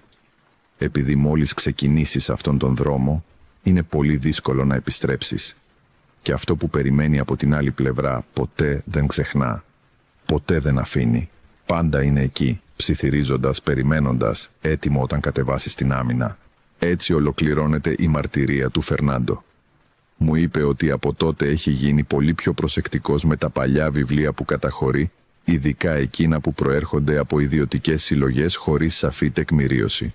Ο Liber Tenebris παραμένει στην κρύπτη της Εθνικής Βιβλιοθήκης και ο Φερνάντο δεν έχει πρόθεση να τον ξαναδεί. Αν ποτέ έχεις βρει ένα βιβλίο ή κείμενο που φαινόταν να ασκεί κάποια επιρροή πάνω σου, που σε έκανε να νιώθεις ή να σκέφτεσαι περίεργα πράγματα, μοιράσου το στα σχόλια. Αυτά τα αντικείμενα υπάρχουν περισσότερο από ό,τι νομίζουμε. Αν απόλαυσες αυτή την ιστορία, εγγράψου για περισσότερα περιεχόμενα κάθε εβδομάδα. Και πρόσεχε τα βιβλία που επιλέγεις να διαβάσεις. Κάποιες γνώσεις έχουν τιμή. Θα τα πούμε στην επόμενη.